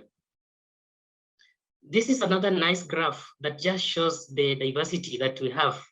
We just heard from one of our colleagues mentioning that in Nigeria, we have over 305 seed companies, if I got it correct. But my interest here is the number of varieties that are actually available for farmers. In Nigeria, we have over 31 varieties. Perhaps the number is even more. This might be very conservative. But you can imagine all these 300 plus or 100 plus companies producing seed, maize seed for our farmers, and availing more than 31 varieties for our farmers to plant. Are farmers really getting maximum value out of these varieties or hybrids that we have available for them? Is a hybrid or a variety, a maize variety, the only key to higher yield or reducing the yield gap? Definitely not. Out of these 31 plus varieties, the data is clear. Only 5% of Nigeria farmers plant hybrid varieties or hybrid seed. Then the other question that comes in is what happens to the 95%? One of our colleagues has just mentioned that we have a number of OPVs, and the potential yield for the OPV is hardly over 3.2 tons. So basically the potential yield in the OPV is 2.8 to 3.2 tons. And if you want to increase yield, then definitely we can't go beyond the potential of that specific variety. So definitely we'll need to move to modern varieties or move towards the hybrids.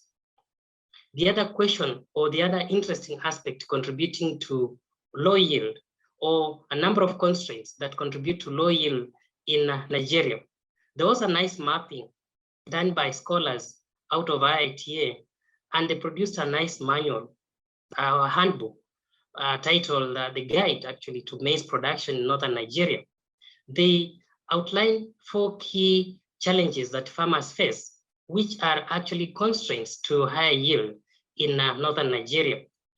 And they underscore that poor soil fertility perhaps is one of the 4 items, the striga infestation, drought, and fall armyworm infestation.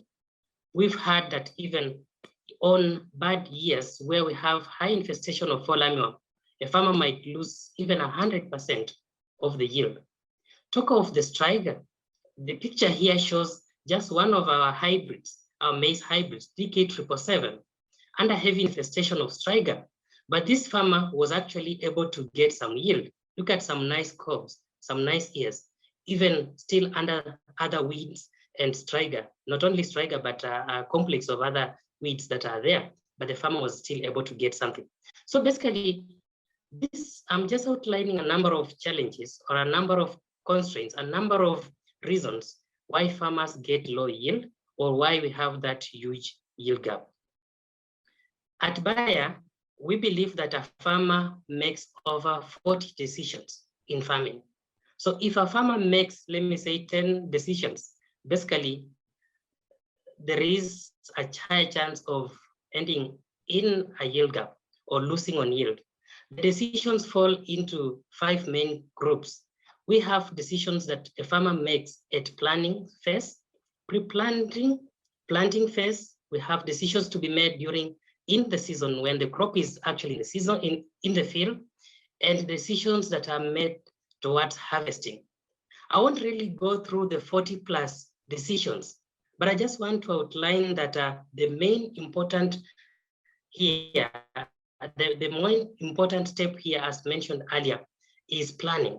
Because Benjamin Franklin once said that if you fail to plan, then you're planning to fail.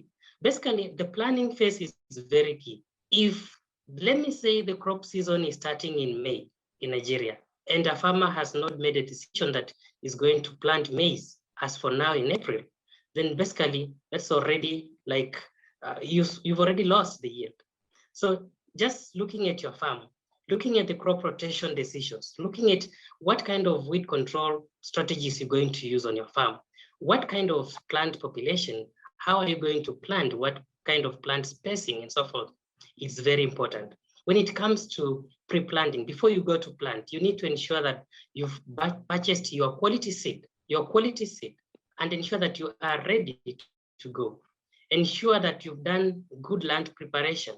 You have your herbicide or weed management program ready, well laid out. The quality seed, in most cases, the hybrids, most of them come with a seed treatment. So ensure that you picked the right quality seed that gives you a great or nice kickstart. During the season, I can't really go into each of those items because even from planting, we get a number of farmers still burying their seed.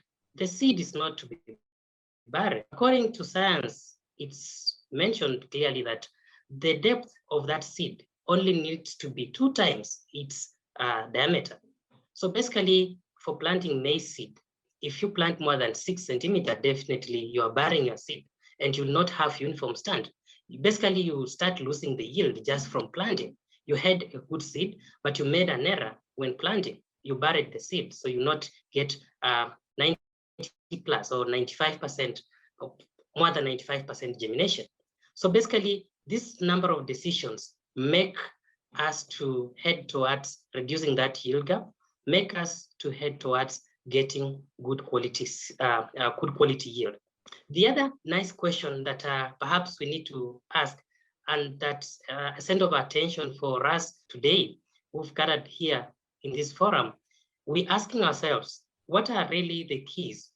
What's the main key to much more maize? This is a big question.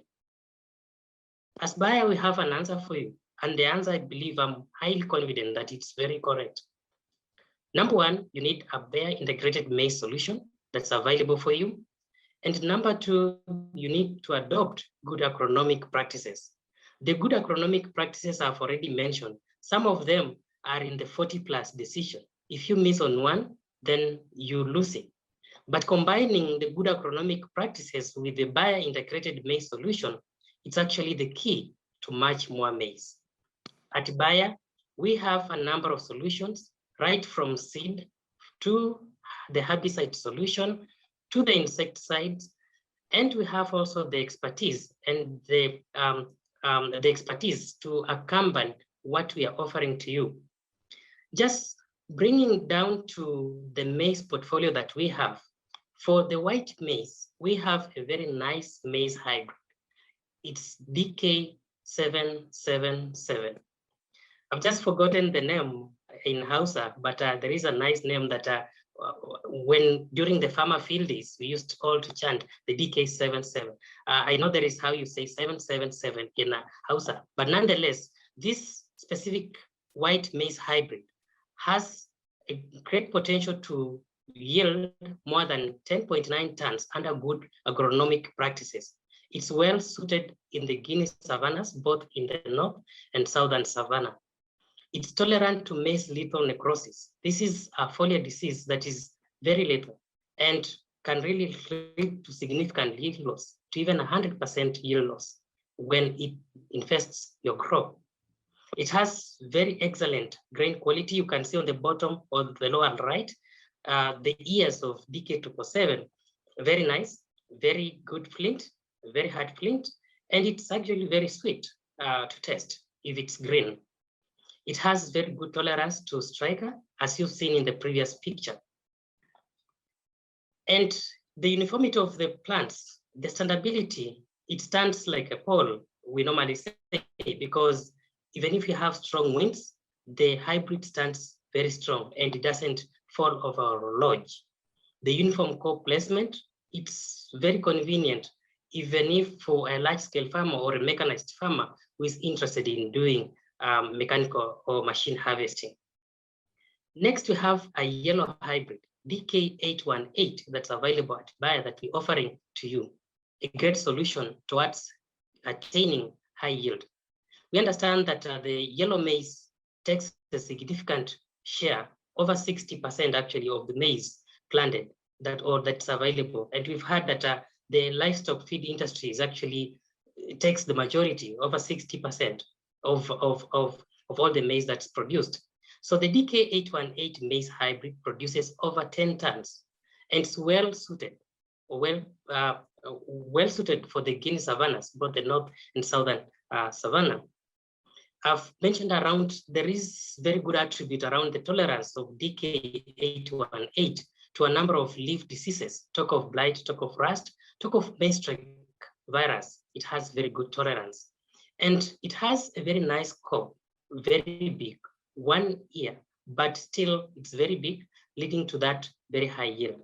The standability of the hybrid is just very good. It doesn't fall over, even if you have a strong wind or strong storm. And the grain quality is also very good. So with this, I just want to welcome my colleague, Joseph Kibaki, to take us to the next section, where we're going to look at what CP or what crop protection solutions we have available to accompany our quality seed to ensure that we head towards high yield and reduce that yield gap. Thanks and welcome, Joseph.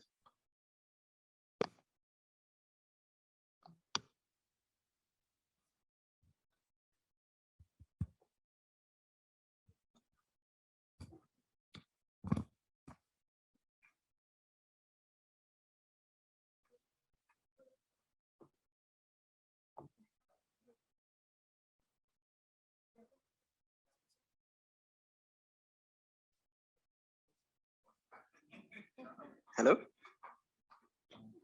Yes, Joseph, I can hear you. Kindly proceed. I hope the colleagues in the meeting can hear me as well.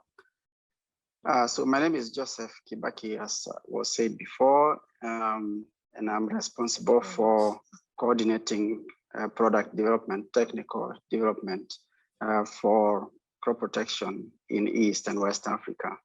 And my colleague David has, and I'm trying to share my video on Zoom, and this is for some reason, okay, it has worked now. So I hope the people in the room can see me. And second, if you allow me, I could also share from my desktop just to be able to navigate the slides a little bit easier at my pace.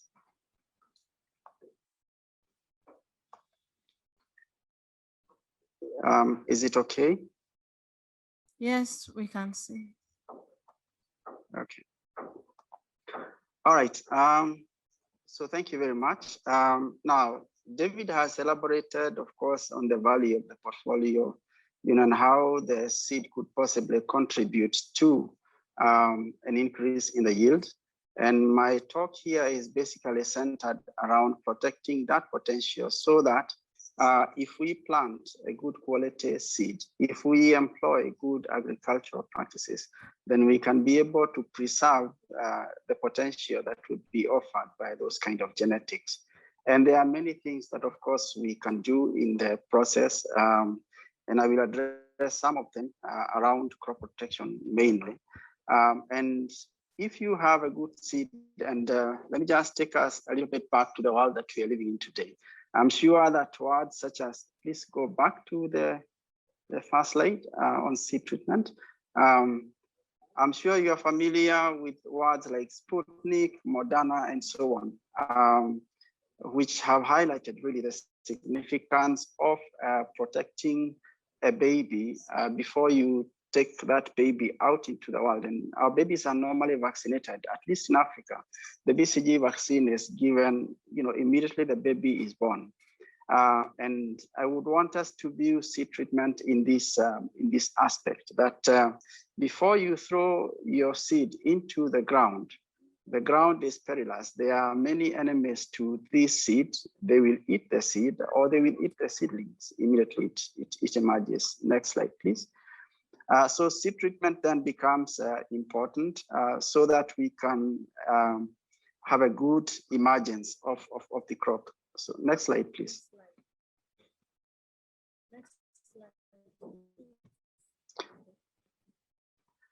And once you treat your seed, the seed treatment, of course, puts a shield around the seed once you introduce it.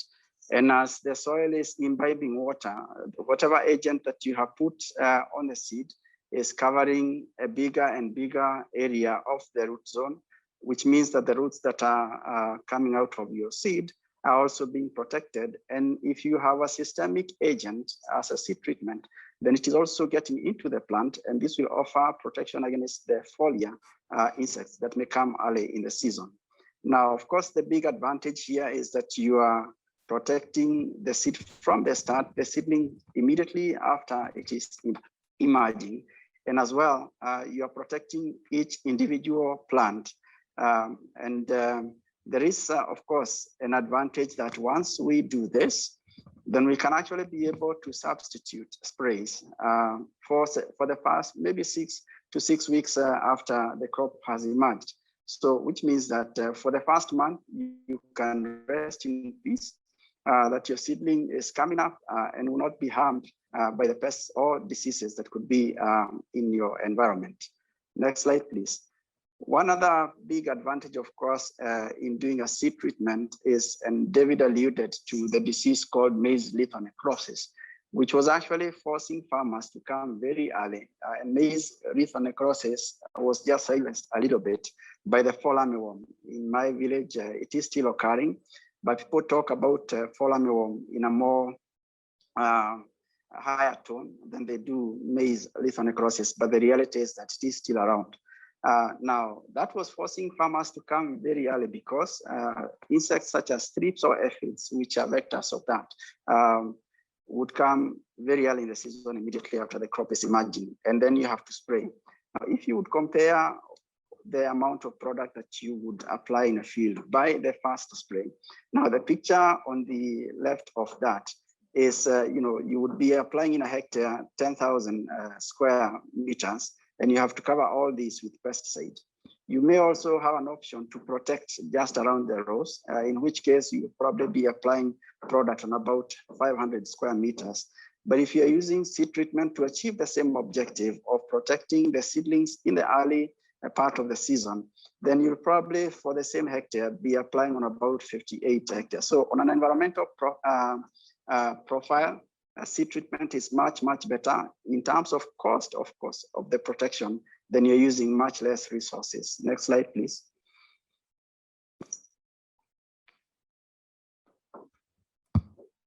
Next slide, please. Next slide.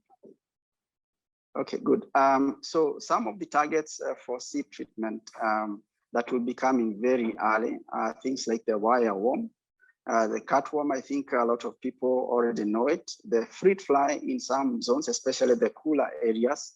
The corn rootworm, the abrotica, a number of leaf hoppers, and like I said, also pests such as thrips. And this picture you see here was actually taken 1 week after emergence of the crop, and we could be able to count more than 60 thrips on that seedlings as it was emerging, and aphids. So we need to be aware that all these could either eat away or infect your seedling very early in the season. And of course, that would be an effect on your yield. Next slide, please. And so just to show, what it really means to protect the seedling or the seeds this way.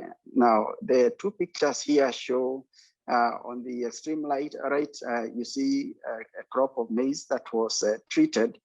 And of course, a bit to the left of that picture, how the field was looking when we do not offer seed treatment. So even if you do not have an extreme case like this, if you are losing 10% of your seeds because they have been eaten away by cutworm or been infested by a disease like pythium or rhizoctonia or any other of the diseases or insects that would be found in the soil, then you have basically already lost your 10% of your yields. And this is really what we mean by saying, please, the difference could start in the beginning if you have a good seed treatment. Next slide, please.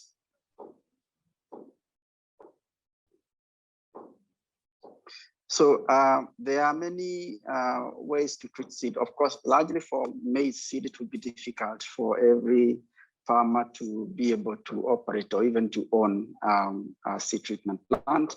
And for stewardship reasons, seed treatment is not being sold in small bottles. So what normally happens is that the seed that you buy, particularly the hybrid seed that you buy, is already treated in some plant somewhere. But of course, for farmers that are big enough, it is possible to offer this service using mobile seed treatment units that would be visiting farms. They make the treatment for you there. And they go to the next grower. And looking at, of course, the 4.5 million hectares of maize in Nigeria, this is one possibility to open up for this opportunity. Next slide, please.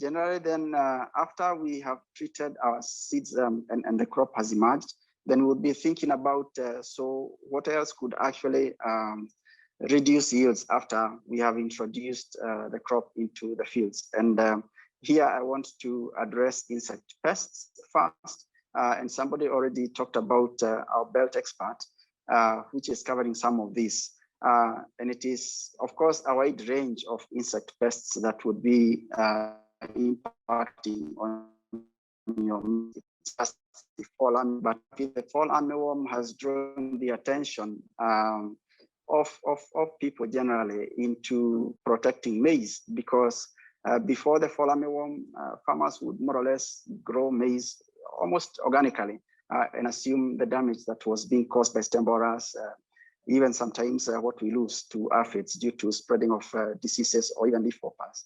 So here are some of the insect pests that could be harmful to your crop.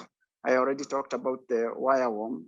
We know about the fall armyworm. I think last year and probably part of this year, we were talking about locusts, epilacna, various stem borers. So all these would, of course, cause some reduction in yield.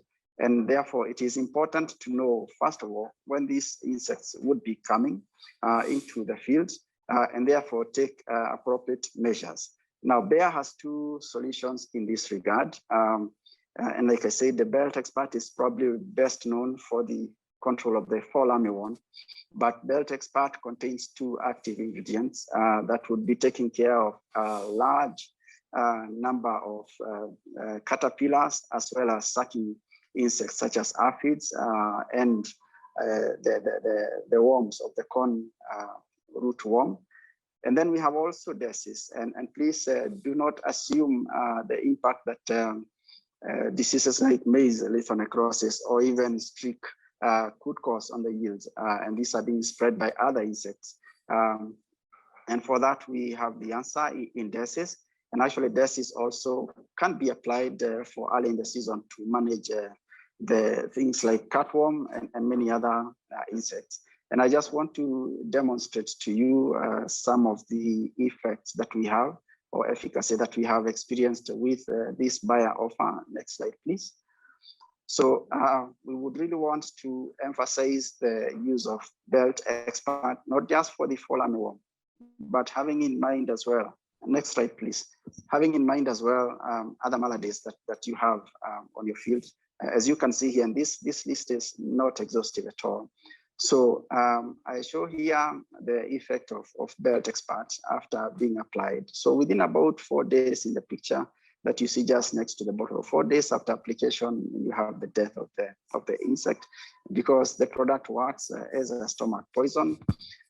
If you compare the picture that is on the top right with the one that is in the bottom right, you can see there's a clear difference. And of course, the yield potential between these 2 fields will be like night and day.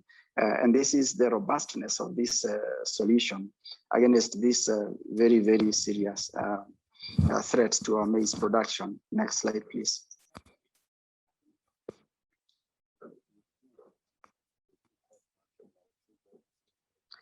So, but while using insecticides, because I know belt expert is a good solution, it's been well accepted in Nigeria. But I just would like to highlight that every good solution, if overused, it's just like drinking too much water.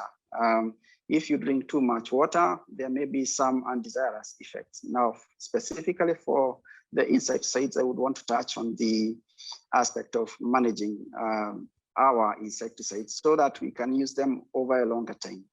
Now, I highlighted that belt expert in particular has 2 active ingredients. Now, ingredients in insecticides are grouped in various ways, depending on the biological mode of action, that is, what part of the insect that they are affecting. And I have no intention to go through all these bits, but the point about this picture is first to let you know that there are various parts of the insect that would be affected by various active ingredients. And for that reason, the international group on mode of action called IRAC, which is a working group of CropLife, has grouped insecticides into various groups. Like here I show group 18, group 17, and so on, depending on where the insecticides are working. And it is important, therefore, to have this in mind when we are looking at, if I spray today belt expert, so what should I do tomorrow? So that my belt expert continues working for a longer time, because we have had cases where an insecticide is introduced into the market, it is great. Then after 2-3 years, it is not effective anymore. And I think a classic example is the speed at which Tuta absoluta in tomato developed resistance against so many insecticides over so short a time. So it is important to bear in mind these groups while we are changing from one insecticide to another, and I will demonstrate that in the subsequent slide. Next slide, please. So flubendiamide in belt expert is in group 28. There is also a group 4 called thiacloprid in the same. Now, when it comes to managing insecticides so that you sustain the effect, it is important to think about, roughly what is the generation of an insect between egg and when the insect will be an adult. How much time is that? And using that, then construct so-called application windows, 1, 2, 3. And then between these two, these windows, then decide, okay, after I use the first mode of action, because what is circled here in either red or blue or green is a mode of action. So if I use mode of action 1 during the first window when this pest is coming, then it is not advisable that I use the same mode of action, because if I do so, whatever number of insects that will remain after I use that first mode of action, the offspring will be subjected to the same mode of action during the next application. So in the scenario 1, if I do that, then I'm likely to bulk some more individuals that are already tolerant to that mode of action. So it is better to exchange between every application window one mode of action to another.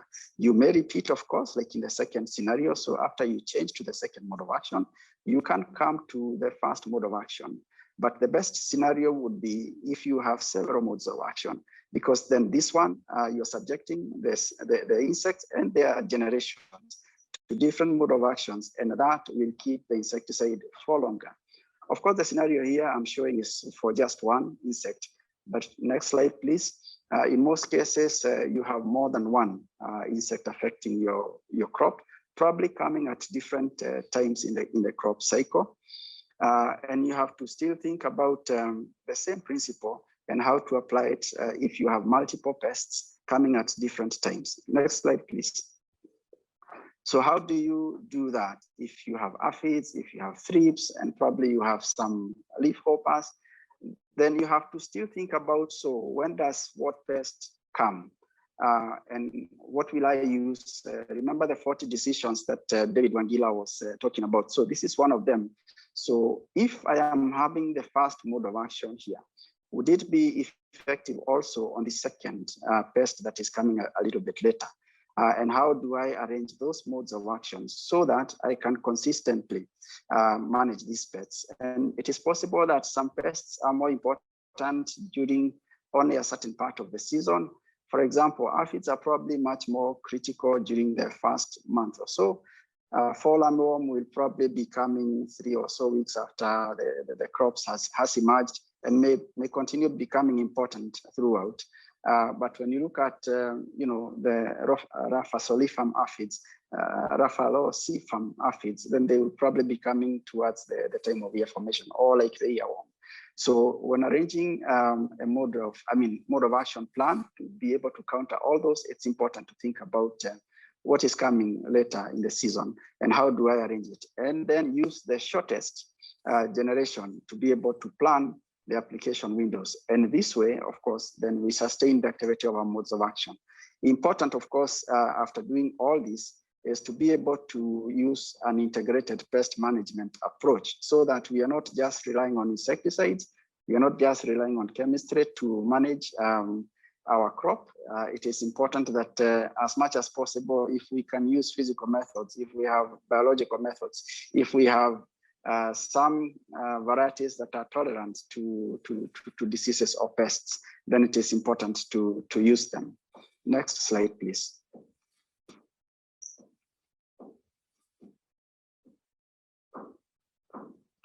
Next slide, please.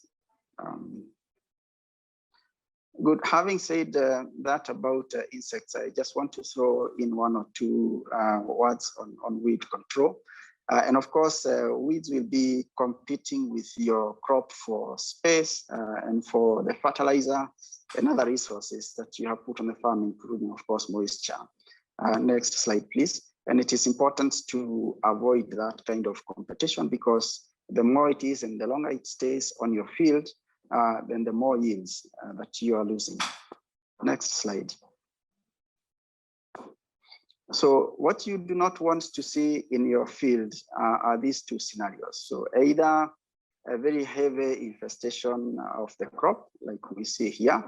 Now already this grower has begun losing some yields, and I will show that in subsequent slides.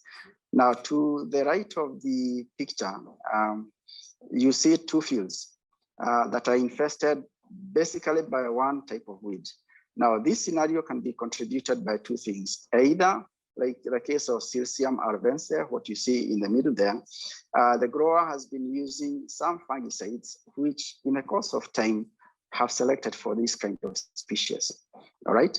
Or it could be the case of invasive weeds, and we have weeds that come and over a short period of time, they are bulking so much seed that they actually almost replace the others that were already there. So it is important then, of course, to avoid this scenario as much as we can by removing the weeds in good time, but also properly using our herbicides so that you do not get this kind of selection pressure. Next slide, please.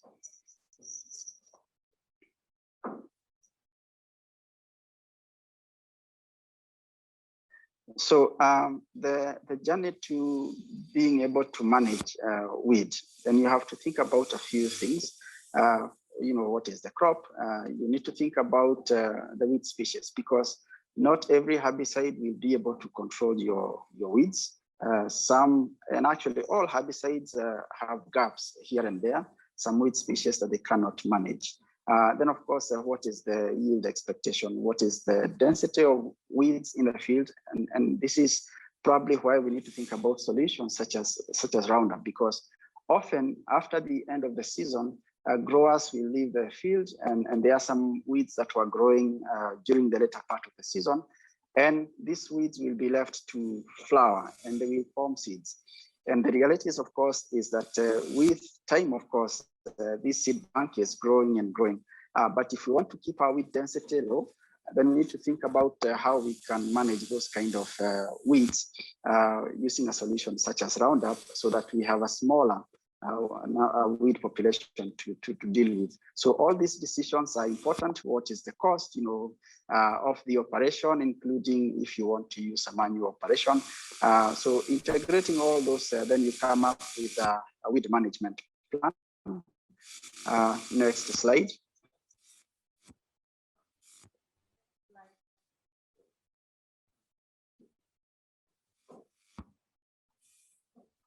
So now in this picture, I show, you know, what really happens if we delay weed management by a week or two.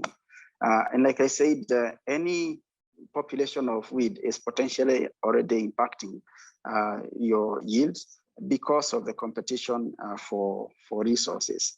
Now, if you have a higher weed pressure, then you need to take a management action much earlier than if you have a lower weed pressure. So I demonstrate by this sketch that, you know, if you are staying 6 weeks with a high population of weeds, then you are probably losing already more than half of your yields. But you can probably have a little bit more latitude if the population of your weeds is less. And this is what makes it important to think about the time before you come again to harvest, to plant in the next season. Next slide. Now, of course, as you're keeping, and we have said that you are losing time every week you stay before you manage the weeds. And in this diagram, I show that the longer you are waiting, that cost is increasing. So even if you are to come with a spray application, so which means that the cost of your weed management is going to stay the same. If you are staying until beyond the 6-leaf stage of the maize crop, you have already substantially lost yield, so that actually any actions after that, you are trying to rescue the crop, not to protect anymore. What the farmer doesn't want to see is the picture to the top right of that diagram, where you see that, if you took a weed management decision, then you would have a crop like the one that is in the background. Now you can already see there's a difference in the vigor, and already substantial yield is lost. So even if you removed these weeds at this particular point in time, you're basically just trying to have some crop of sorts. So timely weed management cannot be overemphasized. Next slide. Here is actually a demonstration of that in terms of value in terms of yield and as well money that you lose. So this is some study that was done in the US, and they waited and they were measuring the weeds, how big were the weeds as time went by, and they implemented management decisions. So for example, if they did a pre-emergent weed control, then there was no yield loss at all. But if they waited for the weeds to grow to 4 leaf stage, or 4 inches, sorry, then there was already a yield loss of 6%, which resulted to $20 per bushel of loss. And if they waited much longer than to the 12 inches, so these are pretty big weeds, then there was already a yield loss of 21% and a much bigger loss in terms of yield. So like I said before, please don't wait for the weeds to eat away your yields. Remove them before they have had this kind of impact on the crop. Next slide, please. Now, of course, there are many ways to deal with weeds, and you can use mechanical methods, you can burn, you can use herbicides. And we have a solution, of course, in terms of herbicides. And I think one of the previous panel speakers did address our solution, Lagon. And then these herbicides have many benefits in terms of flexibility of timing. You can apply them before, you can apply during planting, you can even apply sometimes after the crop has emerged. And then, of course, many of them have a wide spectrum, and they are, in most cases, much more effective, much more safer, and much more cost-effective than any other. And what you want to see, of course, is a scenario like we have. For sure, of course, this grower must have waited much longer, and they probably were already impacted in terms of yields, but you can see the kind of selectivity that modern herbicides have. Apply it anywhere or everywhere on the field, and your maize will remain intact, and the weeds are going to die. Next slide, please. So now, when thinking about a weed management program using herbicides, one of the critical aspects to think about is where to position whatever solution that you have for weed management. And here I present, 3 wide windows when we can use herbicides. So you can use them as part of land preparation, like our solution Roundup. You clear the land, and you can actually be able to plant. And this can happen even for zero tillage systems, so that you only disturb the land where you want to plant your maize if you have a good solution for weed management, like Roundup before the season. Then at the time of planting, you can use a pre-emergent solution, and our product Lagon falls in this category. So this means that the herbicide will be safe if you spray it before the crop has emerged.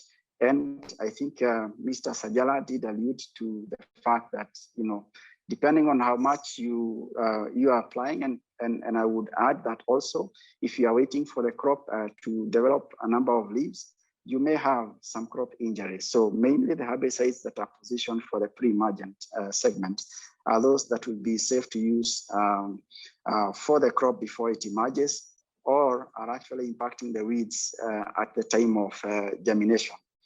Then you have the last segment for post-emergence applications, and we can look at it in 2 ways. So a solution like our own Laudis. Now, Laudis would be impacting on weeds that have already emerged, so which means that you need to apply it on the leaves of weeds for them to die. It's of course also safe for the maize. But you also have a second category within this segment of post-emergence, where the herbicide is going to kill the already germinated weeds, but it is also going to be able to manage the ones that will germinate later. And this is important because if you do this, then you have a longer time to wait, because the canopy is going to close, and then you're not going to have an infestation of the weeds. So next slide, please.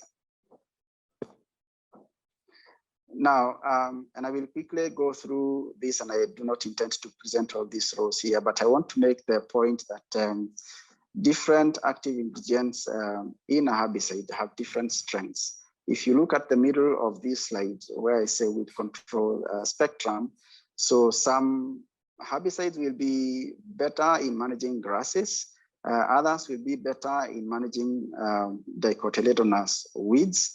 And if you look at how products are formulated, this aspect is put into consideration, because sometimes you have synergy within a core formulation, sometimes you don't.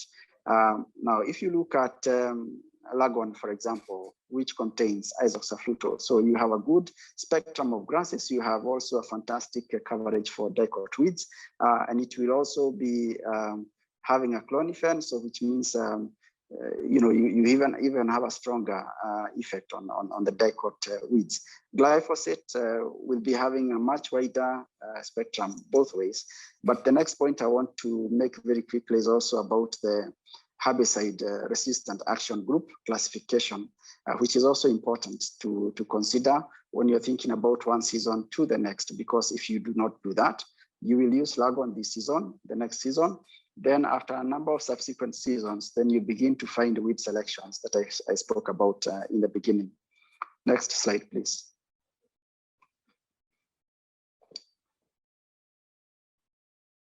So, and here just to emphasize on that point. Now, this is some trials that we did in Nigeria with Lagon. And you can see for most of the weeds, we were able to achieve between 90 or 80 to 100% of efficacy. But there are some weeds, the ones that are with red boxes, where the efficacy is below what we would want. And subsequent use of Lagon on these kind of fields will mean that you're going to have a high selection pressure for these weeds such as Commelina and so on. And this might actually infest entire fields in subsequent usage. Let's go on. Next slide. So just to demonstrate some of the work that we have done with Lagon in Nigeria, and you can see actually if you start well, so apply post-emergent Lagon, it is possible to go until the end of the season with a clean crop. Next slide, please.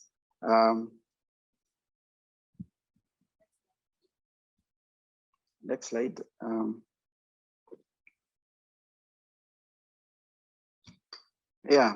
So I just wanted you to appreciate this crop where tomato, in tomato juice in Nigeria, we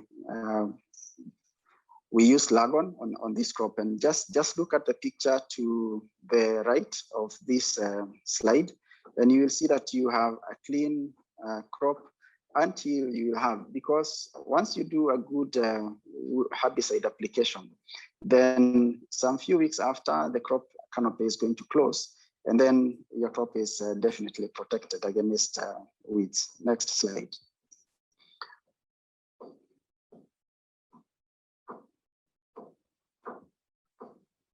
So I will not spend a lot of time to talk about diseases, but please just note that there are a number of diseases that would be affecting your maize crop if you go to the next one. Not just this. So from the beginning, you have things like Pythium and Rhizoctonia or Fusarium that would be affecting the health of the seedlings. During the season, you could get things like rust, several leaf spots or including smart, and all these would of course be important to think about when you're thinking about the season and how to manage them. Bayer has no solutions registered at the moment in Nigeria, but that does not mean that you shouldn't think about them. Actually, you can see there's an even longer list of diseases on this slide than is available. And maybe just to cap this, I want to give back to David Wangila to just demonstrate the effect of some of our solutions and how beneficial they are in Nigeria. Welcome back, David Wangila. Thank you very much. Thanks. Thanks, Joseph, for the great and nice overview. So I just want to take us through some of the work that we've done in Nigeria all around showing the value of our Bayer integrated solutions, not only the seed, but also the CP that Joseph has just covered. And this work was conducted last year by our two colleagues, Ayodele Kayode and Latif Balogun. Next.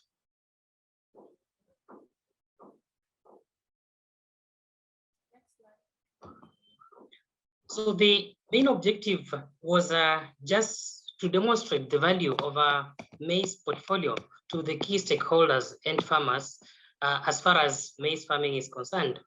And the trials were conducted in a number of states in Kano State.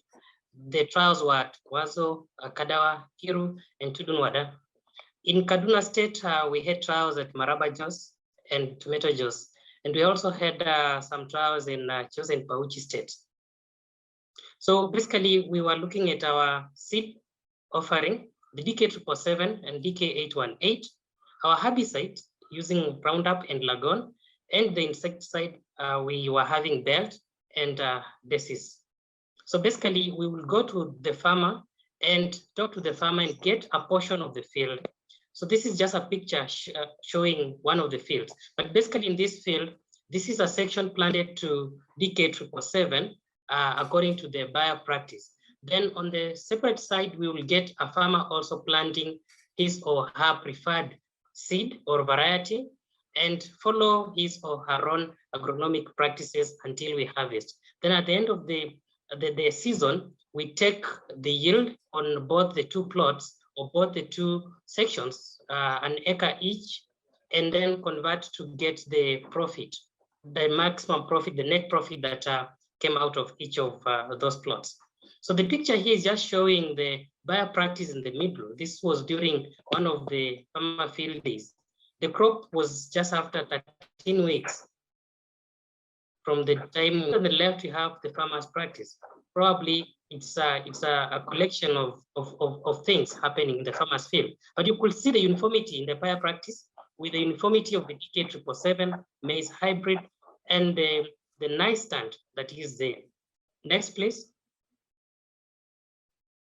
So we invited farmers when the crop was ready for green maize, and farmers came to learn about the best agronomic practices, just to compare the two plots where there is a farmer practice and then where we had used the Bayer practice with the Bayer portfolio.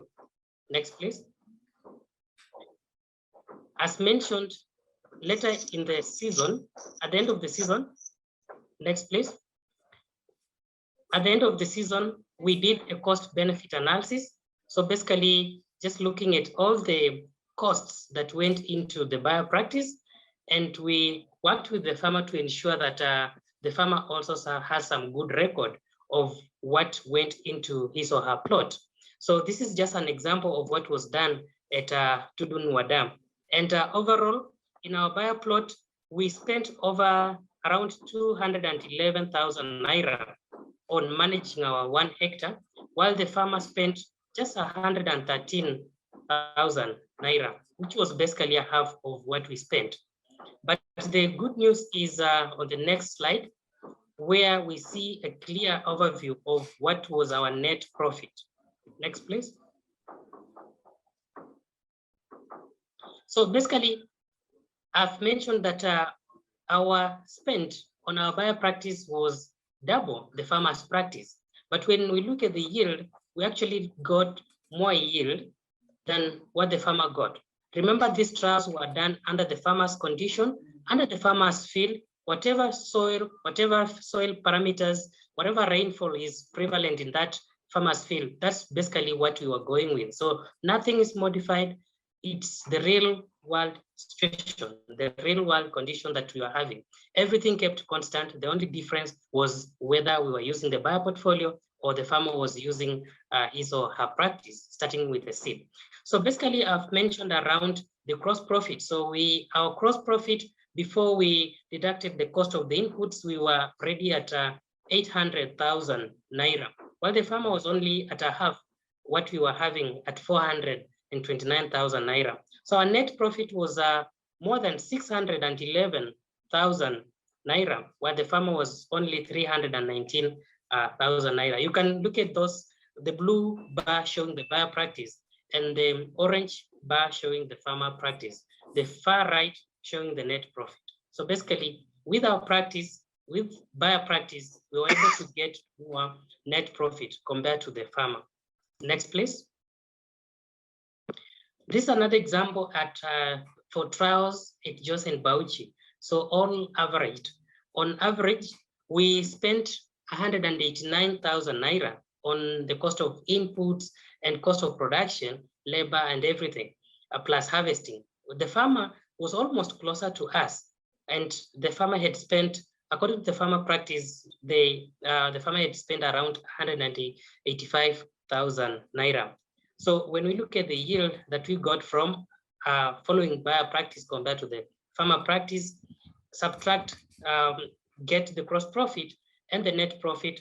Our net profit using the Bayer practice was over 1 million naira, actually 1,078,000 naira, while the farmer only got a net profit of 438,000 naira.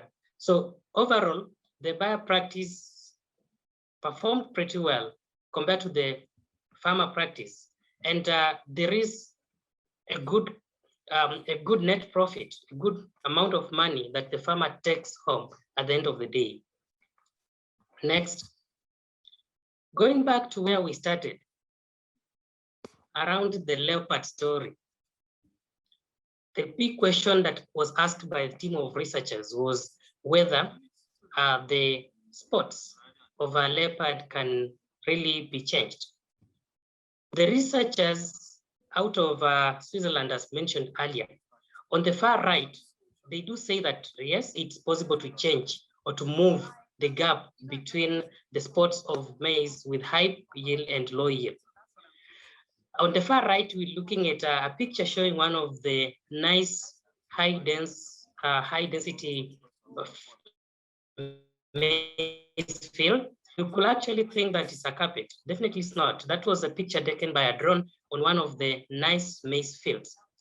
So basically the researchers conclude that basically it's possible to reduce the gaps that exist in Africa.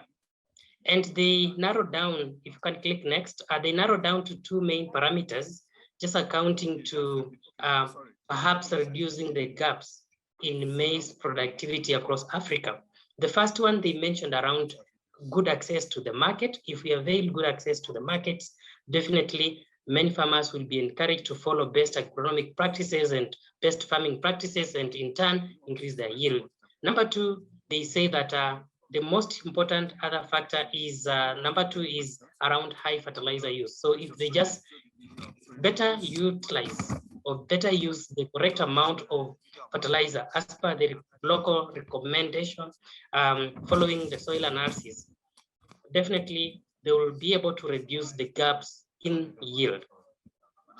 And the researchers underscore the fact that there is variation in the landscape within Africa, one of the main one being the political boundaries that we have. Definitely one country, there is a variation from one country to the other, and it's really difficult to keep Africa pretty uniform. But if there is an effort, there is a chance, an opportunity for us to reduce the gap at a local level, at the local farmers level. Next, please.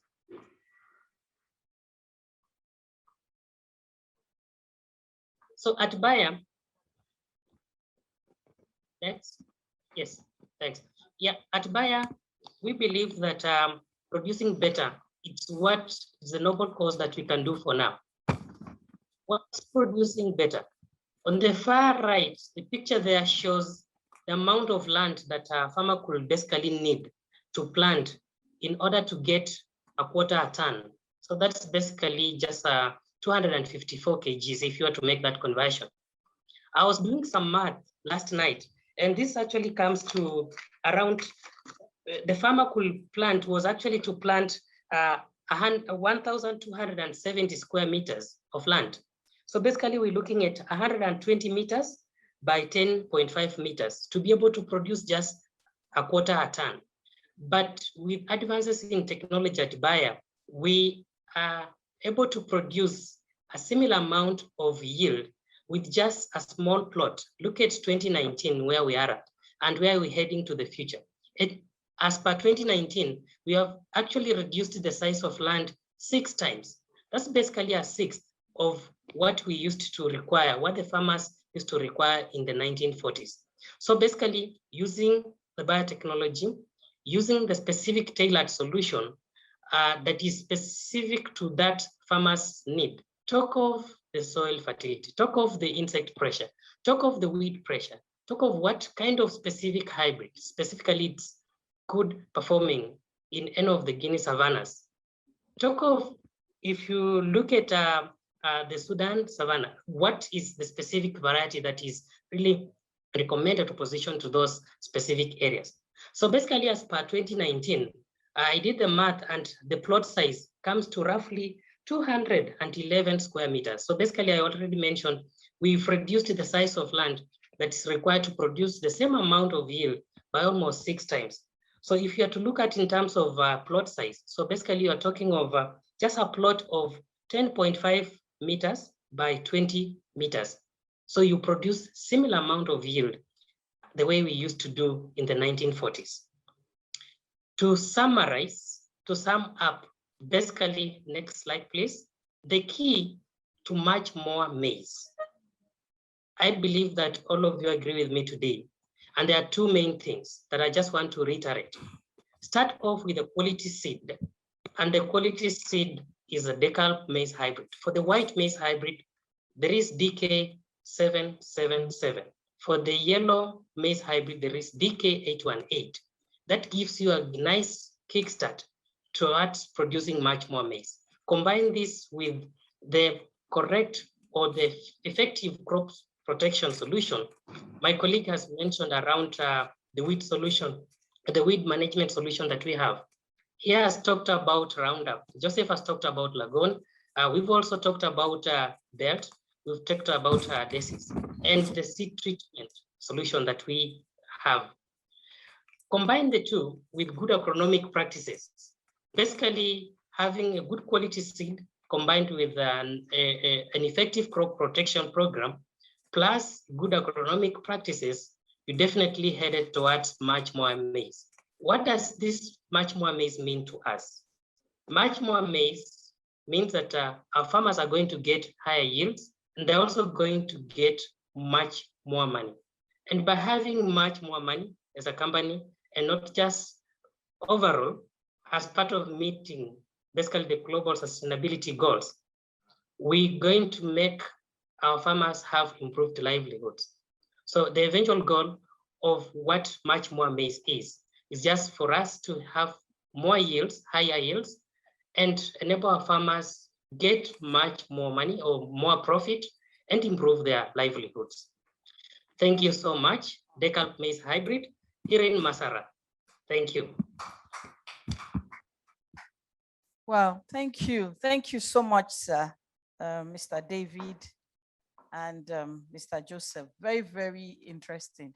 I don't know how many of you were following that very closely. A lot of work has gone into, and I'm just looking, this tiny seed maize, you know, a lot of work has been done, but all what he was trying to say, both presentations are to tell us that they are looking at the much more maize is looking at getting higher yields and more money for the farmers. And then look at, I don't know if we saw all that farmland from 1940 up till now into the future, trying to reduce the number of space. In other words, more yield per square meter. I mean, that is really fantastic. So I can just have like my small garden in my backyard and be producing like 10 bags of corn, you know, and selling, because I can't eat all the corn by myself. So that's really interesting and very fantastic to know. Bayer is doing a lot of work there, and thank you so much, our speakers. So now we're going to take the Bayer video on the much more maize to tell us more, kind of round all of this talk up for us in a nutshell. Is the video ready?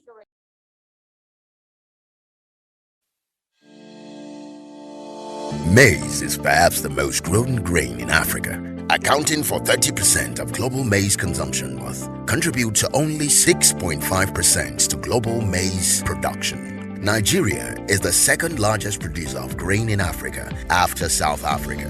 Despite a high production rate, producing 11 million metric tons, Nigeria is still faced with a productivity gap in yield per hectare of maize farms. Where a maize farm in Nigeria yields 1.8 metric tons per hectare, a maize farm in South Africa yields up to 5.3 metric tons per hectare. Why is this so? This is due to the use of poor maize seeds, inadequate protection against weeds and insect infestation, and poor agronomical practices. To solve these problems, Bayer developed the More Maize Toolkit.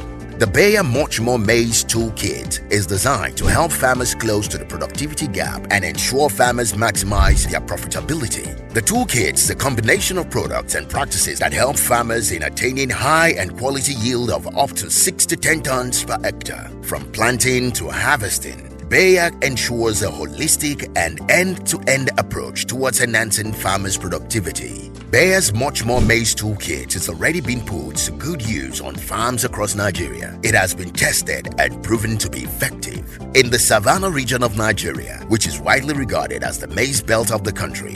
Its efficacy was proven through practical usage and results. Two farmers in the region, John and Peter, both had an average crop yield of around 2 tons per hectare during the last harvesting season at their farm. This year, John had an increased yield of over 7 tons per hectare, whilst Peter's farm yielded less than 2 tons per hectare. The secret to John's success was utilizing the More Maize protocol. Here is how it works. Land preparation. John used Roundup to deal with the weeds after he had cleared his farm. Roundup is a Bayer solution to deal with annual and perennial weeds after you have prepared your land for cultivation. It is a glyphosate herbicide that is sprayed at 3 liters per hectare. When used correctly, Roundup kills weeds to the root, giving complete control over weeds even before land preparation and planting. After 2 weeks of application of Roundup, the land should be plowed and harrowed for a smooth pulverized soil suitable for maize cultivation. Seed sowing and planting. John then proceeded to plant the decarb seed as soon as there was enough moisture in the soil. The decarb seeds are a quality and innovative hybrid maize seed that offers good stalk strength and are bred for high yields, drought tolerance and disease resistance. By planting at 1 seed per hole at 75 cm by 25 cm spacing and fertilizing at recommended rates, decarb gives optimum yield, which makes farmers maximize their land for higher productivity and profits. Pre-emergence herbicide application.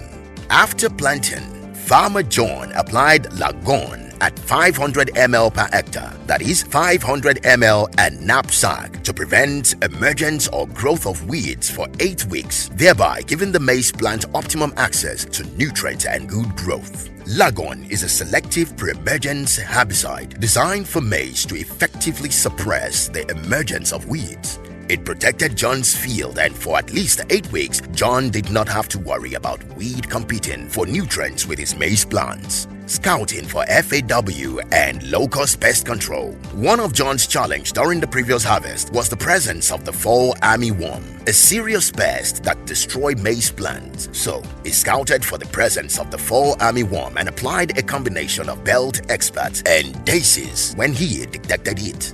Belt Expert is a systematic insecticide best used for preventive action because when sprayed, it enters the plant system, and when the insect eats the plant, it acts as stomach poison and dies. While Daisies is an active insecticide that kills the insect on contact. Belt Expert comes in 2 applications and then 1 application for Daisies. John followed the Bayer More Maize thoroughly and was rewarded with a 100% increase in yield per hectare of his maize farms, while his friend Peter's farm yielded less because he did not use Bayer products to protect his crops or follow proper agronomic practices. For best results, follow instructions on proper usage of Bayer's product with correct farming practice, and always remember to wear the correct personal protective equipment when handling these products. The key to profitability in maize and exploiting the full potential lies in following the best agronomic practices such as timely and correct fertilizer applications, proper spacing to help with irrigation and drainage, plant population, pest scouting, and proper usage of Bayer's product alongside good farm procedures. Bayer products are available for purchase at all major seeds, agrochemical, and agricultural dealers across the country. For more information and to access Bayer's portfolio and products, do send a message to info_cs_ng@bayer.com or call 0903 886 7163. Bayer, science for a better life.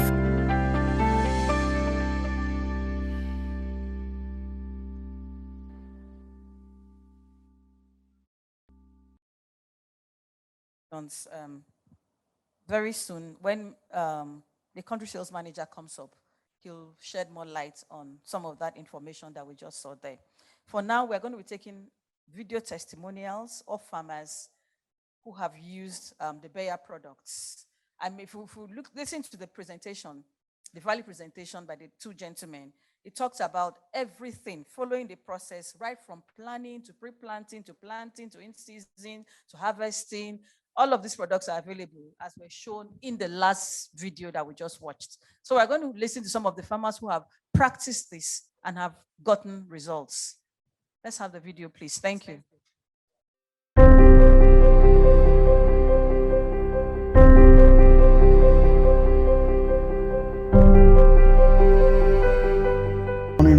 You can see where I'm in our feet today. You can see the corn. This is DK920 from Bayer. And this maize was planted on 27th of February 2021. And we did a measurement of 15 centimeter interval because we're using drip lines and it's a dry season maize. And you can see the soil, because we use lagoon, we don't have anything like weed. So also we use bet expert for the insecticides. Seriously, because of the fact that we have been using the DK920, our yields have really improved. Last year, on the average, we did 5 tons per hectare in about 150 hectares of fair farm. Or some other hectares gave us 7 tons, some gave us 8 tons, some gave us 6 tons. But on the average, we have about 5 tons per hectare in 150 hectares. So this seed has been very wonderful. Apart from the seed, the bet expert, and also the lagoon.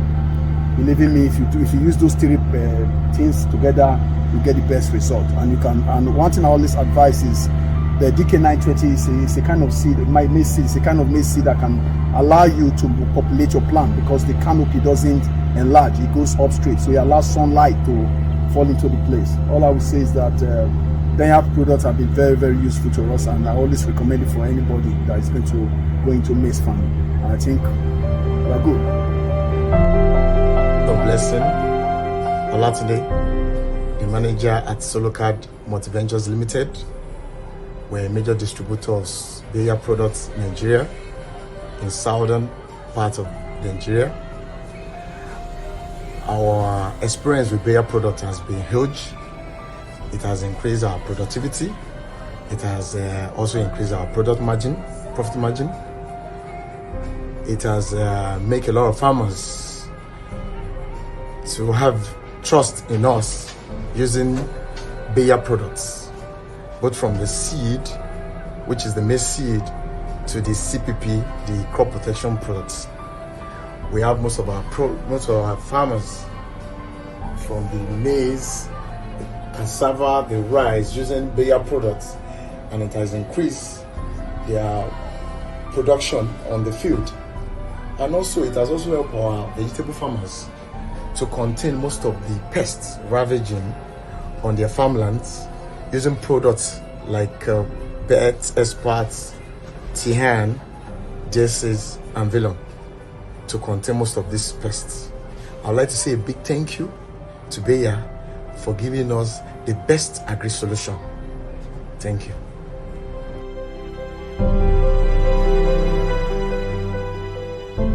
My name is Eson Akro Elijah. I'm the agronomy lead of tomato juice farming and processing.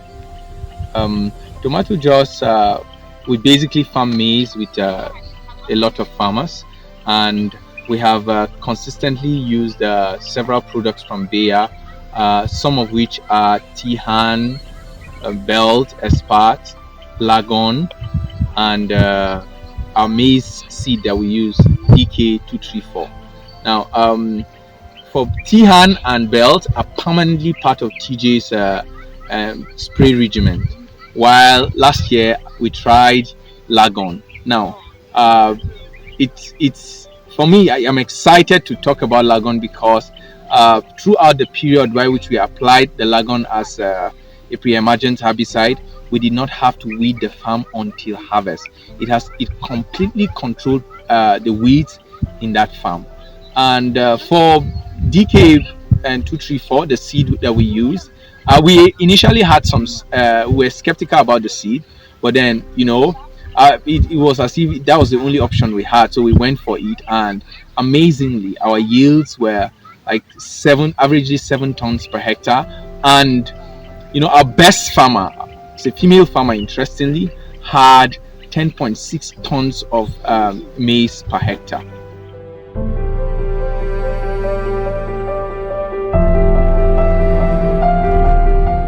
I mean, the tomato juice guy, the testimony from tomato juice said that when they used the Lagon pre-emergence herbicide, that they didn't have to weed the farm until harvest. And that's fantastic. That's really fantastic. Thank you so much, Bayer. Okay, I think we're bringing it all together at this point. We are going to call up the most important man here, like I told him yesterday, that he said he's always last. I say you're always last because you are the most important. So we're going to call up the country sales manager, Mr. Tokwe Banjo. That's Bayer's country sales manager, to give his closing remarks and the call to action. Please welcome Mr. Tokwe Banjo.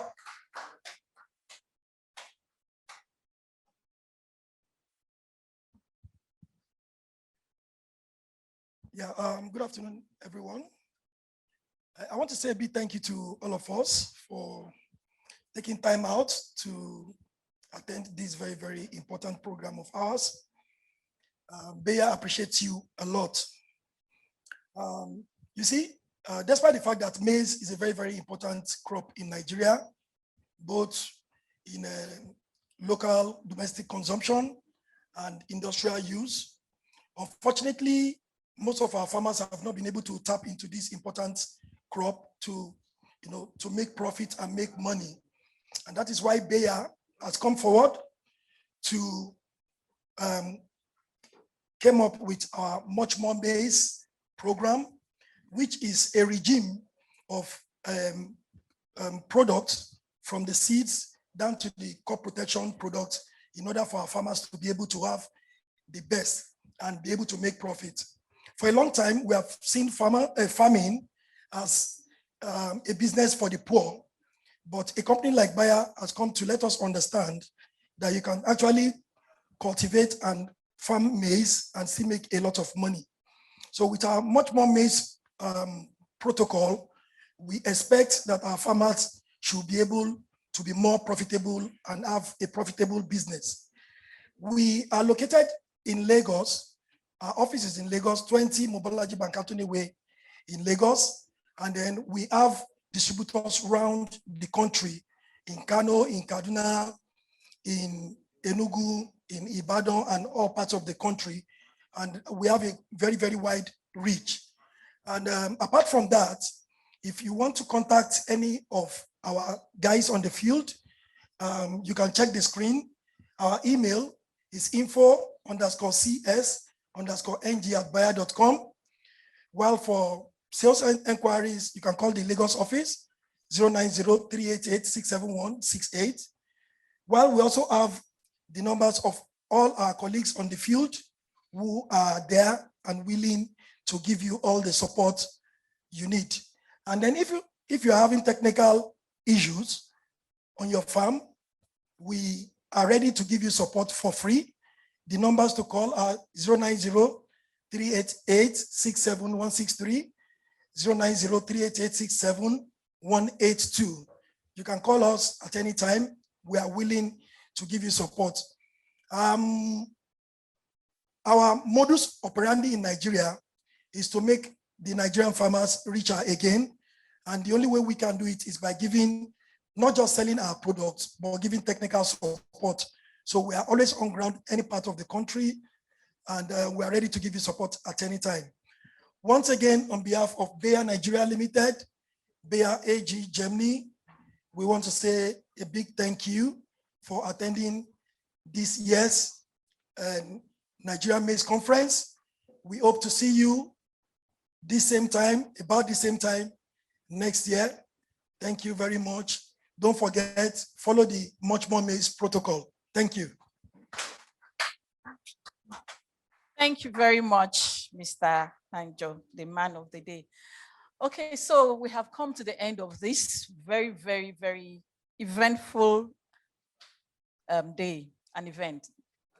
I've learned a lot today. I don't know about so many of us. We want to say thank you so much to everyone who has made this a success today. We want to thank especially Bayer and all the staff who have been working endlessly.